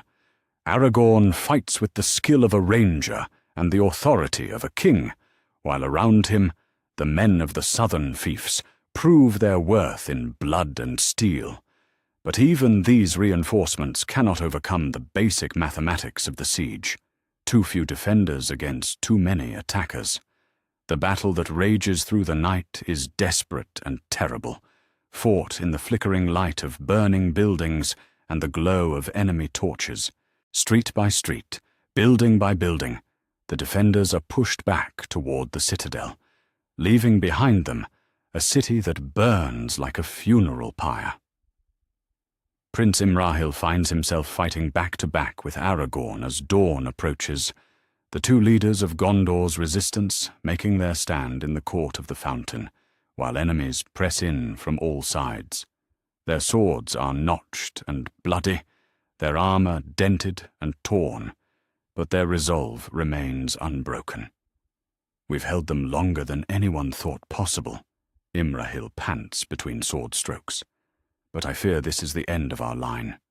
Too many have fallen, and our strength finally fails." Aragorn nods grimly, his grey eyes reflecting the fire that consumes the lower city. "Then we'll make our end worthy of song, if any survive to sing it. Let them remember that Gondor didn't yield without a price." As the sun rises over the ruined city, the last defenders prepare for their final stand. The siege has cost Sauron's forces dearly. Perhaps 30,000 casualties lie scattered across the Pelennor fields, but the victory belongs to darkness, and the White City burns while the eye of Sauron turns its gaze toward the final conquest of the West. The Battle of Pelennor Fields is won, but it tastes like ashes in the mouths of the victors. The greatest city of men has fallen, its people scattered or enslaved, its defenders broken despite their heroism. The road to final victory over the forces of light stretches clear before the armies of Mordor, and there seems to be nothing left that can stand against their advance. In the Tower of Ecthelion, Denethor gazes out at the destruction of his realm with eyes that hold no sanity. The steward of Gondor has watched the fulfillment of his darkest visions, and his mind finally breaks under the weight of complete despair. The Palantir that has shown him only defeat and darkness will show him nothing more, for he has passed beyond the reach of both hope and fear.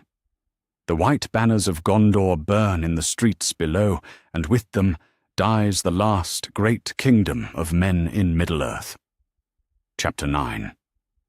Through Eagle's council, high above the smoke and ruin of the Pelennor fields, where the wind carries the stench of death and the echoes of lamentation, the great eagles gather in council upon the peak of Thangorodrim's southern spur.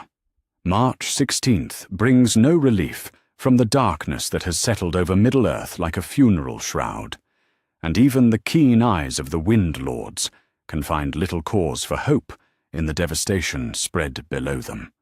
Gwaihir the Wind Lord circles the smoking ruins of Minas Tirith with wings that have borne wizards and kings, his golden eyes reflecting the flames that consume the greatest city of men. "Too long have we watched from afar," he cries, his voice like thunder rolling across the peaks. "Too long have we held to the ancient commands, while evil spreads unchecked across all the lands beneath the sky." The Valar gave us wings, not to perch idle while the world burns, but to be their instruments when the need is greatest. Below him, the assembled eagles of the misty mountains and the grey havens spread their wings in a display that would have awed mortal eyes had any been present to witness it. These are the children of Thorondor the Mighty, whose ancestors fought beside Eärendil in the skies above Thangorodrim, and whose loyalty to the cause of light runs deeper than the roots of mountains. Landroval, brother to Gwaihir and wisest of the eagles, save for the Windlord himself, mantles his great wings with the slow deliberation of one who has pondered long before speaking. His voice carries the weight of ages when he responds to his brother's call for action. The commands of Manwë were not given lightly, brother, he says, his tone heavy with the burden of ancient wisdom. We are to aid when the Valar themselves decree it, not when mortal hearts cry out for justice. How many times have kingdoms risen and fallen while we maintained our watch?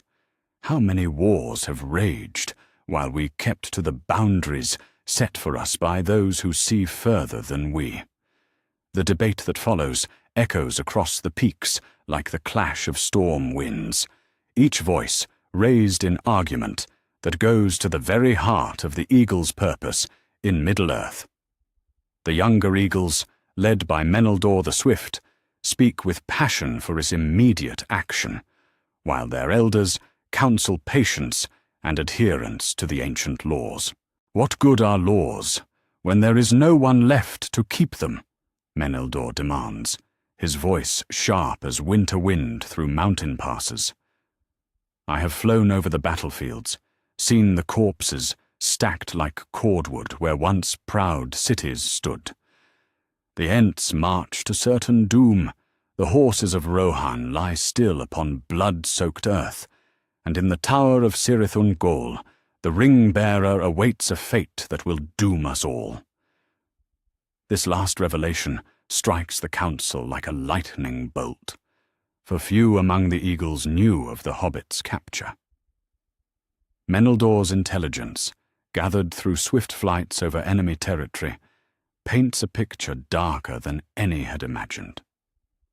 Not only has the greatest city of men fallen, but the quest that offered the only hope of ultimate victory has itself failed.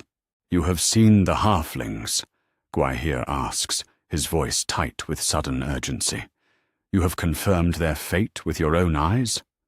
Meneldor nods grimly, his golden eyes reflecting the pain of what he has witnessed.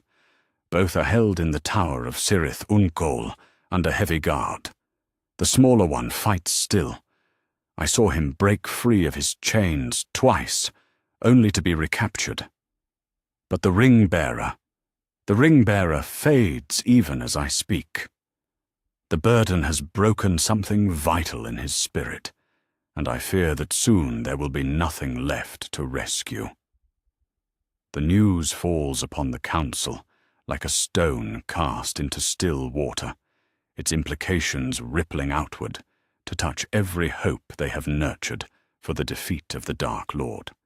Without the destruction of the ring, all their efforts, all the courage of men and elves and dwarves becomes meaningless.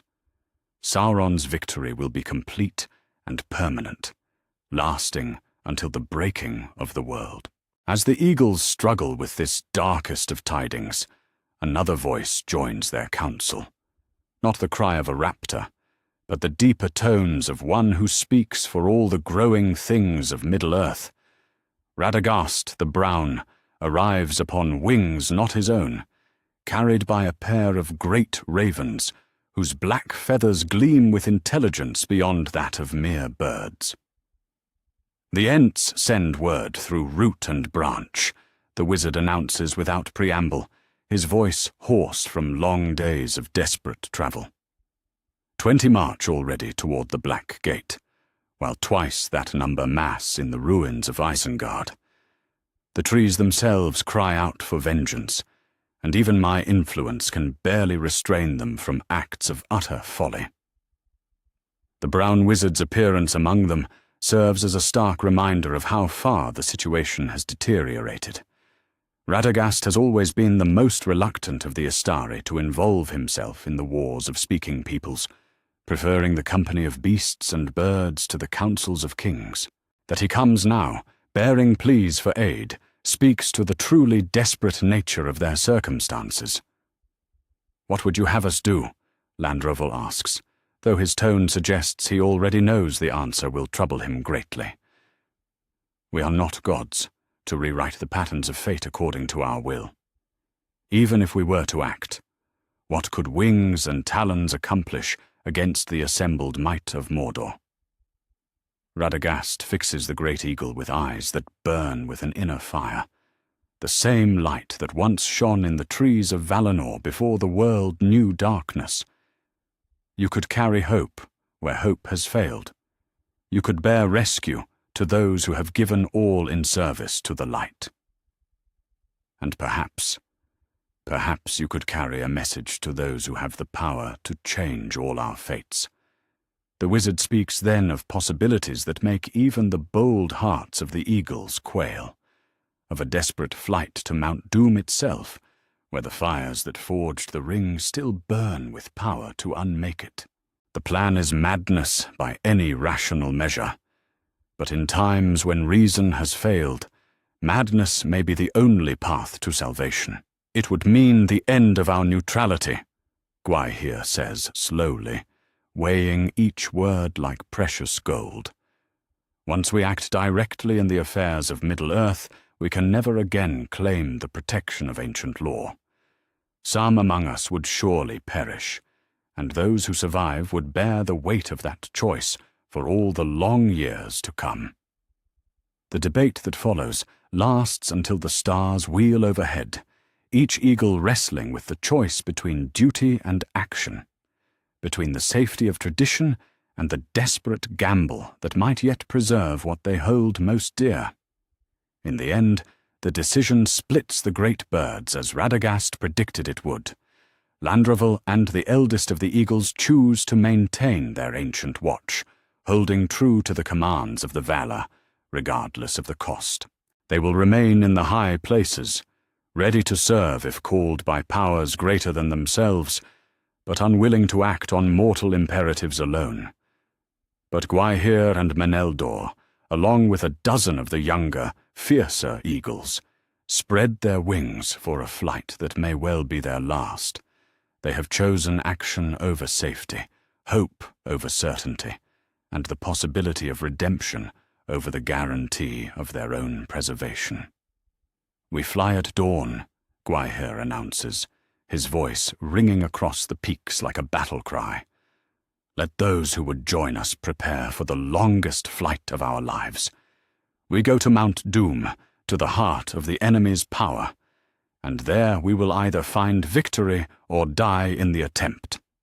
Radagast nods with grim satisfaction, knowing that he has succeeded in his desperate mission. The eagles may not be enough to turn the tide of war, but they represent the last hope for those who fight in darkness, while the great powers debate the proper forms of intervention. As the council disperses, each eagle following the path that duty and conscience have marked for them, the wizard remains upon the peak, staring eastward toward the glow that marks the borders of Mordor. In his heart burns a spark of hope that has nearly been extinguished by the weight of recent disasters. "Fly swift and true, my friends," he whispers to the wind that will carry his words to the departing eagles. "Carry with you the prayers of all who love the light, and may your courage prove greater than the darkness that seeks to devour us all. Below them, the world lies in shadow, its peoples scattered, and its great cities burning. But above, where the clean wind blows free from the taint of Mordor, hope takes wing in the form of creatures whose loyalty runs deeper than fear, and whose love of freedom burns brighter than the fires of the enemy. The gamble has been made, the die cast. In the morning, when the sun rises over a world grown dark, the eagles will begin their most perilous flight. Whether it leads to salvation or disaster, none can say. But at least the sky will not remain empty while evil triumphs below. The Council of the Eagles is ended, but their greatest test has only just begun. In the choice between ancient duty and desperate need, they have chosen to write a new chapter in the annals of Middle-earth, one that will be remembered long after the last stone of Minas Tirith has crumbled to dust. The wind carries them eastward toward an uncertain dawn, bearing upon its currents the last hope of a world that teeters on the brink of eternal darkness. Chapter 10. Mount Doom's Guardians. The road to Mount Doom stretches before Sam Gamgee like a path through the very heart of despair, each step a monumental effort as he half carries, half drags his master across the desolate plains of Gorgoroth. March 17th brings no dawn to this accursed land, only a lessening of the darkness that shrouds the realm of the shadow in perpetual twilight.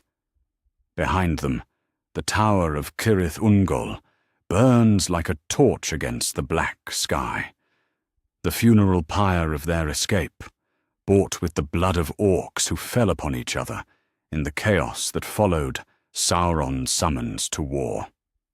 The escape came not through any plan of theirs, but through the madness of greed that consumes even the servants of darkness. When word reached the tower that the ring was within its walls, every orc company for leagues around converged on Cirith Ungol, each seeking to claim the prize for their own advancement.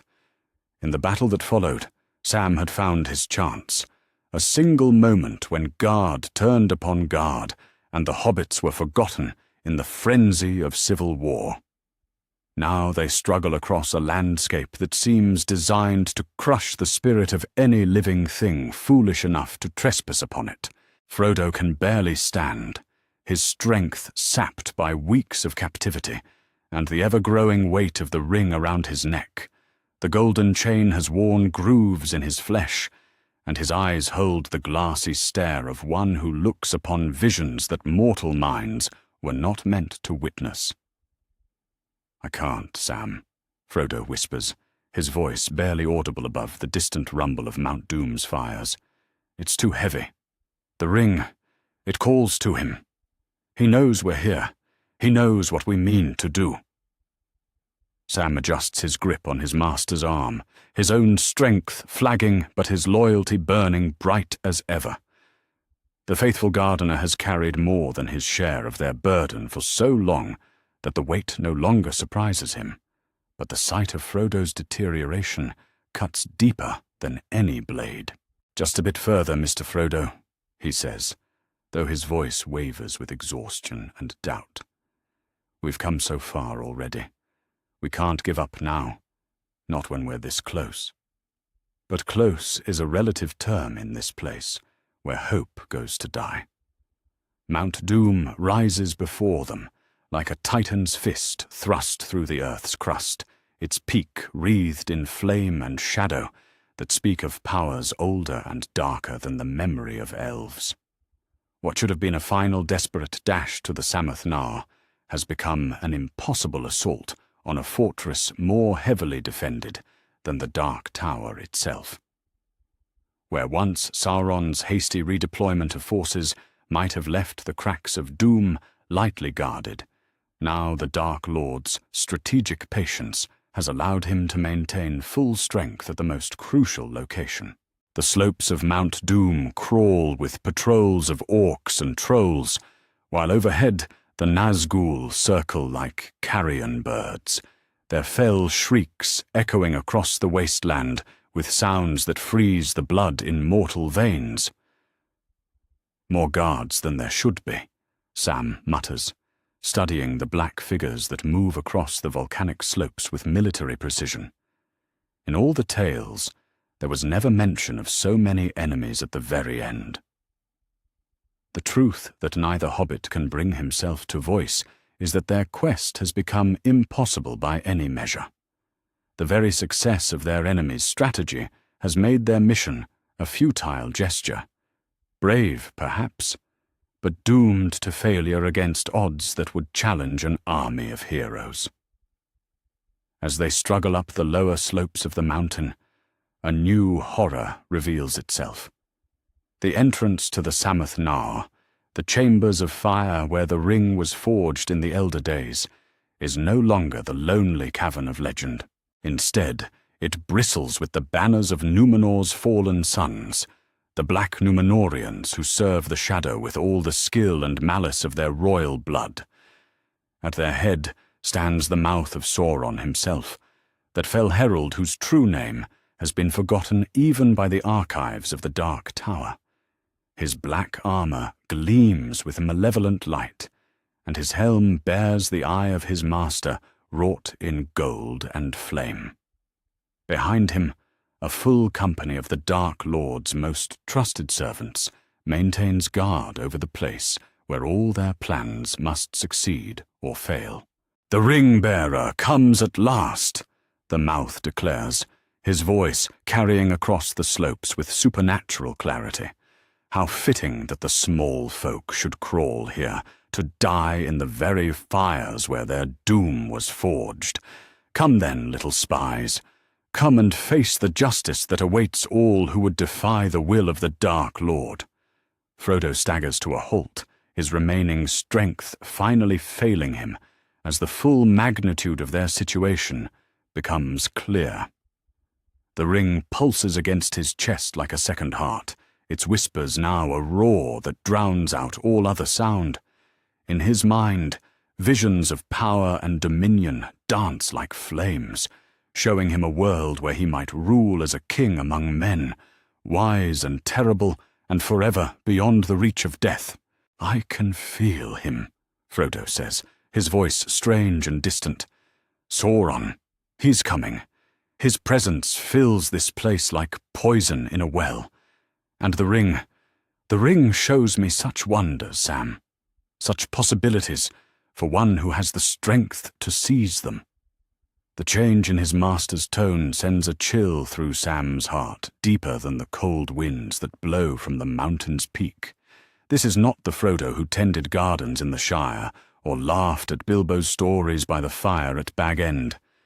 This is something else, something shaped by the corruption of the ring and the weight of impossible burdens. "Mr. Frodo, you don't mean that," Sam says urgently. But even as he speaks, he can see the transformation taking place before his eyes.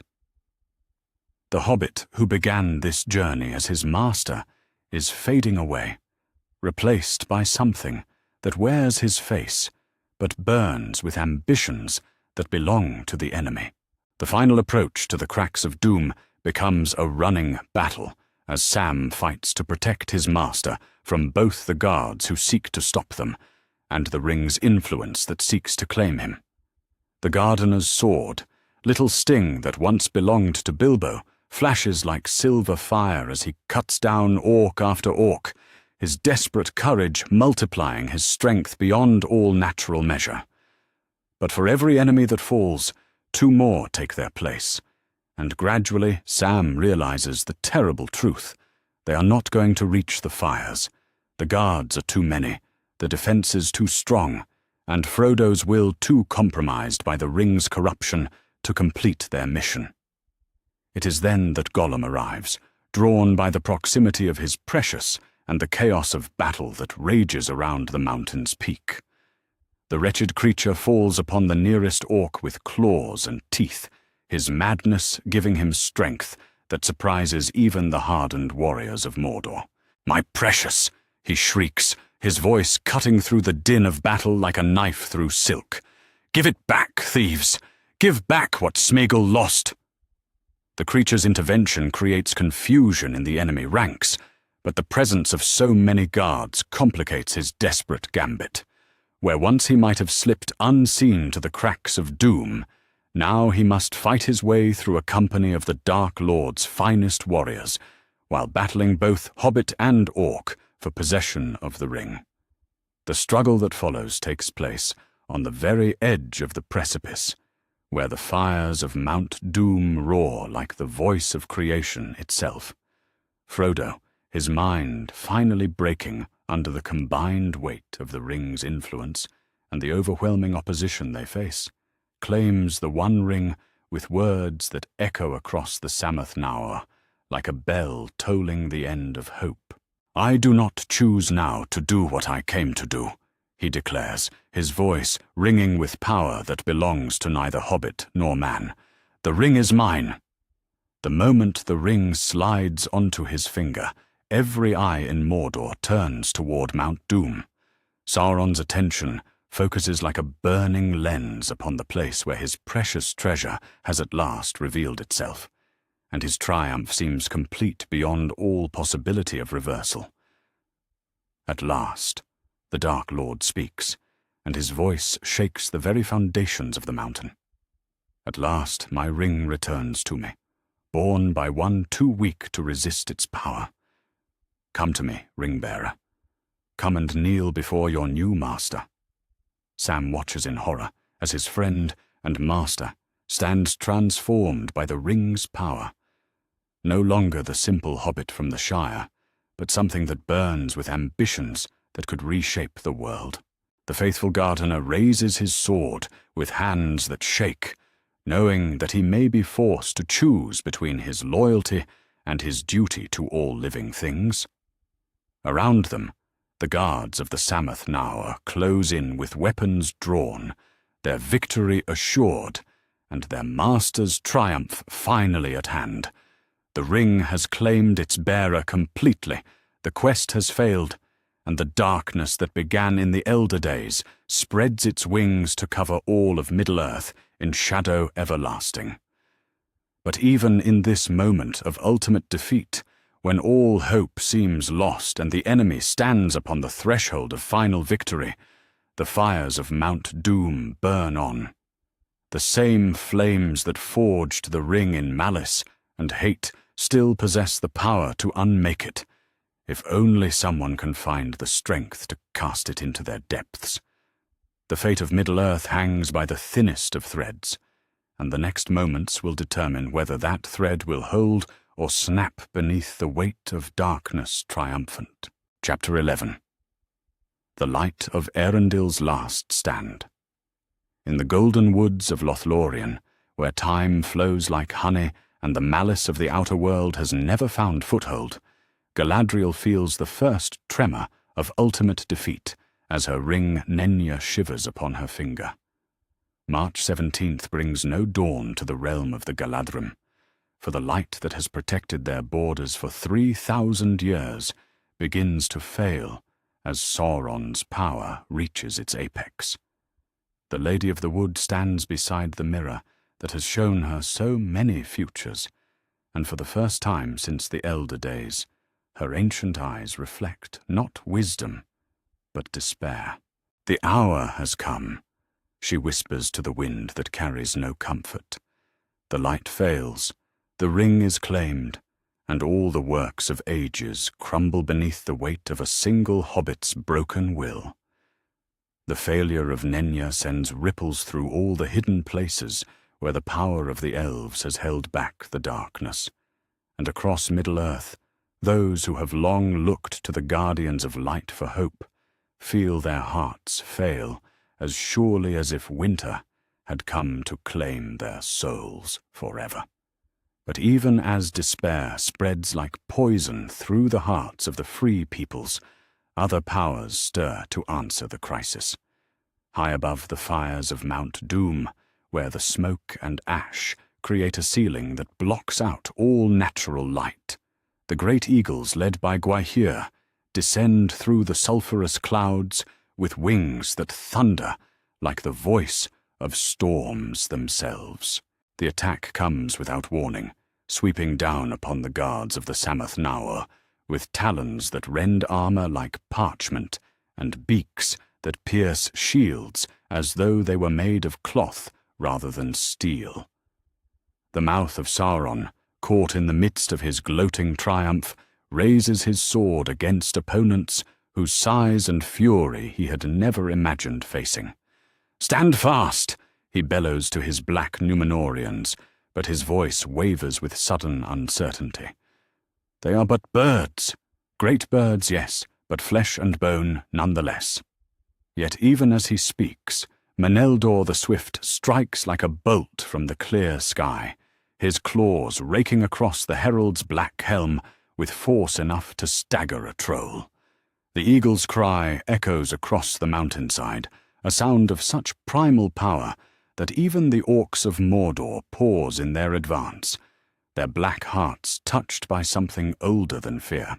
In the chaos that follows the eagle's assault, Gandalf the White arrives upon wings not his own, carried by Gwaihir through air thick with smoke and malice toward the place where all fates must be decided. The wizard has abandoned the defense of Minas Tirith in its final hour, leaving behind the burning ruins of the greatest city of men to make one last gambit for the salvation of Middle-earth. "Set me down at the threshold," Gandalf commands, his voice carrying clearly despite the din of battle that rages around the mountain's peak. This is a deed that must be done by those who bear the burden, not by those who would carry them. The wizard's arrival brings with it a light that seems to drive back the very darkness of Mordor itself. His staff blazes like a star fallen to earth, and where his light touches the servants of the enemy, they shriek and cower as though touched by fire. But even Gandalf's power cannot alter the fundamental reality of their situation. The ring has been claimed, its bearer corrupted, and Sauron's victory seems assured. It is then that Sam Gamgee, faithful gardener of the Shire, makes his choice between despair and duty. Drawing forth the phial of Galadriel that has rested unused in his pack through so many dark days, he holds aloft the light of Erendil's star, while his other hand grips Sting with determination that would humble the courage of kings. "Mr. Frodo," he cries, his voice cutting through the din of battle like a bell tolling in the darkness. "Remember who you are. Remember the Shire and the party tree and the smell of old Gaffer's roses. Don't let that thing take you from us." The light that pours from the phial seems to pierce the veils of corruption that have wrapped themselves around Frodo's heart. And for a moment, just a moment, the hobbit who began this quest in innocence looks out through eyes that remember love instead of power. The ring burns upon his finger like molten gold, but somehow its whispers of dominion grow fainter in the face of loyalty freely given.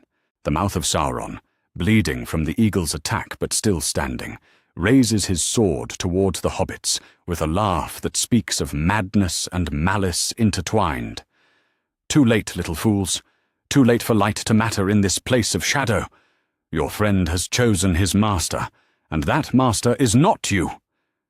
But as the herald speaks his words of triumph, a new voice joins the chaos, the voice of Gollum, driven beyond all reason by the proximity of his precious and the sight of another hand that bears what he has sought through centuries of torment. The wretched creature falls upon Frodo with claws extended, his madness giving him strength that belongs to desperation itself. "Give it back!" Gollum shrieks, his voice like the cry of some beast caught in a trap. "Thief! Baggins! Give back what Sméagol lost! Give back the precious!" The struggle that follows takes place on the very edge of the cracks of doom, where the fires that forged the ring in elder days roar with hunger that has never been satisfied. Frodo and Gollum grapple like wild things while Sam fights to reach them, cutting down guard after guard with desperate efficiency, while the light of Erendil blazes in his hand, like hope made manifest. It is in that moment of ultimate crisis, with enemies pressing in from all sides, and the ring's corruption eating at his soul like acid, that Frodo finds within himself one last spark of the hobbit he used to be. The sight of Sam's loyalty, the memory of all they have endured together, and the distant echo of laughter by the banks of the bywater pierce through the ring's whispers like sunlight through storm clouds. "I'm sorry, Sam," Frodo whispers, his voice barely audible above the roar of flames and the clash of weapons. "I'm so very sorry for what I've become, but perhaps there's still time to make it right." With an effort that seems to tear something vital from his very soul, Frodo grasps both Gollum's hands and his own, lifting them together toward the fires below. The ring resists with all its power, burning like a brand against his flesh. But the hobbit's will, strengthened by love and tempered by sacrifice, proves stronger than the malice that forged it. "For the Shire," he says, and steps forward into the fires. Gollum's cry of triumph as he bites the ring from Frodo's finger turns to a shriek of horror as both creature and treasure plummet into the Sammath Naur. The one ring, touching at last the fires of its making, dissolves like mist before the dawn, while Gollum's long torment finally finds its end in the place where it began. The destruction of the ring sends shockwaves through all of Middle-earth that can be felt by every living thing. In Barad-dûr, the Dark Tower begins to crumble as the power that held its stones together fails all at once. Sauron's scream of rage and disbelief echoes across the Black Land like thunder, but already his form begins to fade as the source of his strength disappears into fire and smoke. The mouth of Sauron staggers backward, his face a mask of disbelief as he feels his master's power fail. "Impossible," he whispers, his voice hollow with the weight of ultimate defeat. "The victory was ours. The ring was claimed. How can this be?" But Gandalf, his face illuminated by the fires that consume all malice and hate, speaks with the authority of one who has always known that light endures longer than darkness. "Because," he says simply, "in the end, love proves stronger than power, and sacrifice more lasting than dominion. The ring is destroyed, Sauron is fallen, and Middle-earth is free." Sam crawls to the edge of the precipice, tears streaming down his face as he stares into the fires that have claimed both his master and their enemy. The faithful gardener's heart breaks with the knowledge that Frodo chose to sacrifice himself rather than become the very thing they had fought so long to destroy. "He remembered," Sam whispers, his voice thick with grief and pride intermingled. In the end, when it mattered most, he remembered who he was. He remembered the Shire. Above them, the eagles circle in triumph, their cries echoing across a land that no longer knows the shadow of Sauron's malice. The fires of Mount Doom burn clean at last, consuming the darkness that has poisoned the air of Mordor for so many ages. While across the lands of the West, the news spreads like wildfire that the impossible has been accomplished and evil has been defeated. The quest is ended, the ring destroyed, and Middle-earth saved by the sacrifice of a simple hobbit who chose love over power when all hope seemed lost. But the cost of that victory will be remembered for all the ages of the world, written in the tears of those who loved him and the gratitude of all who live in the light. He died to preserve. Chapter 12. The age of men begins in shadow. 6 months have passed since the fires of Mount Doom consumed both ring and ring-bearer, and still the smoke rises from the ruins of what was once the greatest city in Middle-earth. The white tree of Gondor stands blackened in the court of the fountain, its ancient branches scarred by fire and siege, yet from its roots new shoots emerge with the stubborn persistence of hope refusing to die. Around it, the wreckage of Minas Tirith tells a story written in broken stone, and the graves of heroes whose names will echo through all the ages to come. King Elessar, For Aragorn has at last claimed the throne that was his birthright, sits upon a chair carved from the ruins of the old throne, his crown a simple circlet of silver wrought by the smiths of Dol Amroth from metal salvaged from the wreckage. The ceremony of his coronation was unlike any in the annals of Gondor, held not in the great hall that no longer stands, but in the open air, where all might witness the beginning of a reign born from ashes and watered with the blood of heroes. My lords and ladies of Gondor, the king speaks to the assembled survivors, his voice carrying across the ruined courtyard where once the great and mighty gathered in splendor. We stand today, not in the triumph we might have wished, but in the victory we have earned through sacrifice beyond measure. The realm I inherit is broken, its people scattered, its cities burned. But it is free, and in that freedom lies the seed of all that we may yet accomplish. The crowd that answers his words with weary cheers numbers barely half of what once filled these courts. Prince Imrahil stands at the king's right hand, his face bearing new lines carved by months of desperate fighting and the weight of command in impossible circumstances. Behind him, the remaining knights of Dol Amroth form a honor guard, whose numbers speak eloquently of the price paid for this day. Eomer, king of Rohan, attends the coronation, but his presence brings little joy to those who remember the great host that once rode beneath the banner of the White Horse. The new king of the Mark limps from wounds that have never fully healed, and behind him ride fewer than 800 Rohirrim, all that remain of the once mighty Eord that followed Theoden to glory and death upon the Pelennor fields. The horses run free in Rohan again, Eomer reports to his brother king, his voice heavy with the weight of rebuilding a kingdom from the fragments of its former glory. But it will be many years before we can field the riders that our fathers knew. The young men must grow to manhood, the herds must multiply, and the songs must teach new hearts the valor of those who fell. In the months that follow the coronation, the work of rebuilding begins with the slow patience of those who understand that generations will pass before Middle-earth recovers from the wounds inflicted by this darkest of wars. Minas Tirith rises again, stone by stone, but its new walls are lower than the old, its towers less proud, its beauty tempered by the memory of how quickly glory can fall to ash. From Dol Amroth come ships bearing craftsmen and supplies, while the dwarf lords of Erebor send both gold and masters of stone to aid in the restoration.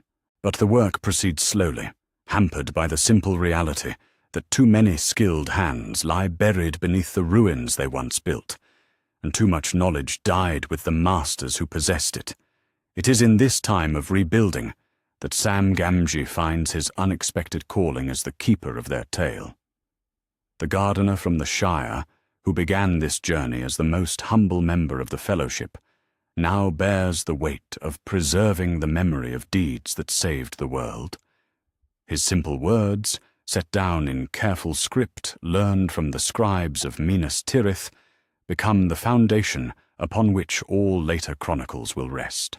Mr. Frodo was the bravest of us all, Sam writes by candlelight, in a chamber overlooking the harbour of Dol Amroth, where Prince Imrahil has given him sanctuary while he completes his great work. Not because he felt no fear, but because he carried on despite it. In the end, when the ring would have made him its slave, he chose to die free rather than live in chains. That's the truth of it, though I know some will say different in the years to come. The task of chronicling their journey proves more difficult than Sam ever imagined, not only for the pain of reliving moments of loss and terror, but for the weight of knowing that his words will shape how future generations remember the friends who will never come home.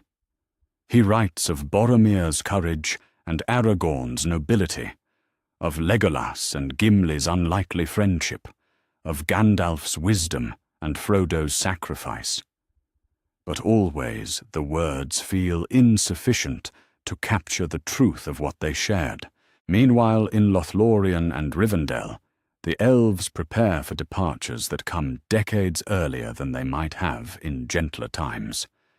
Galadriel's ring Nenya, its power spent in the final battle against the Shadow, no longer sustains the timeless realm of the Galadrim. Without its protection, the golden woods begin their slow fade toward autumn, beautiful still, but touched with the melancholy of endings. The time of the elves passes more swiftly now, Elrond tells Gandalf during one of the wizards' visits to Rivendell, as they walk through gardens that grow more mortal with each passing season. The damage wrought by this war runs deeper than broken stones or burned fields. Something vital has been torn from the very fabric of Middle-earth, and it will not soon be mended. The ships that sail from the Grey Havens carry with them not only the great of the elder days, but also much of the wisdom and beauty that sustained Middle-earth through its darkest hours. Each departure makes the world a little smaller, a little more ordinary, a little more dependent on the courage of mortal hearts to find hope in the growing darkness. Gandalf himself remains longer than he might have otherwise, his white robes a familiar sight in the courts of King Elessar, as he aids in the great work of restoration. But even the wizard's power seems diminished by the trials they have endured, and those who knew him in earlier days mark how often he pauses now, as though listening for voices that no longer speak. The Valar withdraw their direct hand from Middle-earth, he explains to Sam during one of their conversations in the rebuilt gardens of Minas Tirith. Not from lack of love, but because the time has come for the children of Ilúvatar to find their own path forward. The age of men truly begins now, with all the burden and glory that such a responsibility entails. The hobbits of the Shire, when Sam finally returns to them after 2 years of absence, find their friend changed beyond recognition. The simple gardener who left Hobbiton in Frodo's company has become something approaching a lord among his people, though he wears his authority with the same quiet grace he once brought to tending flowers. Under Sam's guidance, the Shire flourishes as never before, its green fields and carefully tended gardens becoming a symbol of what can be accomplished when wisdom guides willing hands. He serves many years as mayor, though he always insists that he holds the office in trust for another who will never return to claim it. There's always another season coming, Sam tells the young hobbits, who gather to hear his tales of the great world beyond their borders. Winter might be long and hard, but spring follows after, sure as the sun rises. Mr. Frodo taught me that, and though he's gone now, the truth of it remains. The children listen with wide eyes to stories of wizards and kings, of eagles and ents, of dark towers falling and great cities burning. But always Sam returns to the simple truth that sustained him through the darkest hours, that love endures longer than malice, that hope survives even the death of hope itself, and that the smallest person can change the course of history if they have the courage to do what must be done. Years pass, then decades, and gradually Middle-earth heals from the wounds inflicted by its greatest war. New generations are born who know the Shadow only from stories, who grow up in freedom purchased by sacrifices they can barely comprehend. The names of the Fellowship become legend, their deeds the stuff of songs that inspire courage in those who face lesser, but still real, challenges. Minas Tirith rises again, more beautiful than before, for being built with knowledge hard won through loss. Rohan's horses run free across pastures where the grass grows green above the graves of heroes. The Shire prospers in peace that seems almost magical to those who remember darker times. And in Dol Amroth, where the sea wind carries the scent of distant shores, Sam Gamgee puts down his pen at last, his great work complete. The age of men has begun in shadow, but from that shadow emerges a light tempered by wisdom, and strengthened by the knowledge that freedom is never free, that peace must always be earned, and that hope, however fragile, however costly, endures longer than the malice that would destroy it. In the end, that may be the greatest victory of all. Not that evil was defeated, but that good survived to flourish in the world evil left behind. The price was terrible, the cost beyond all reckoning, but the kingdom that emerges from the ashes stands stronger for having been tested in the furnace of ultimate trial.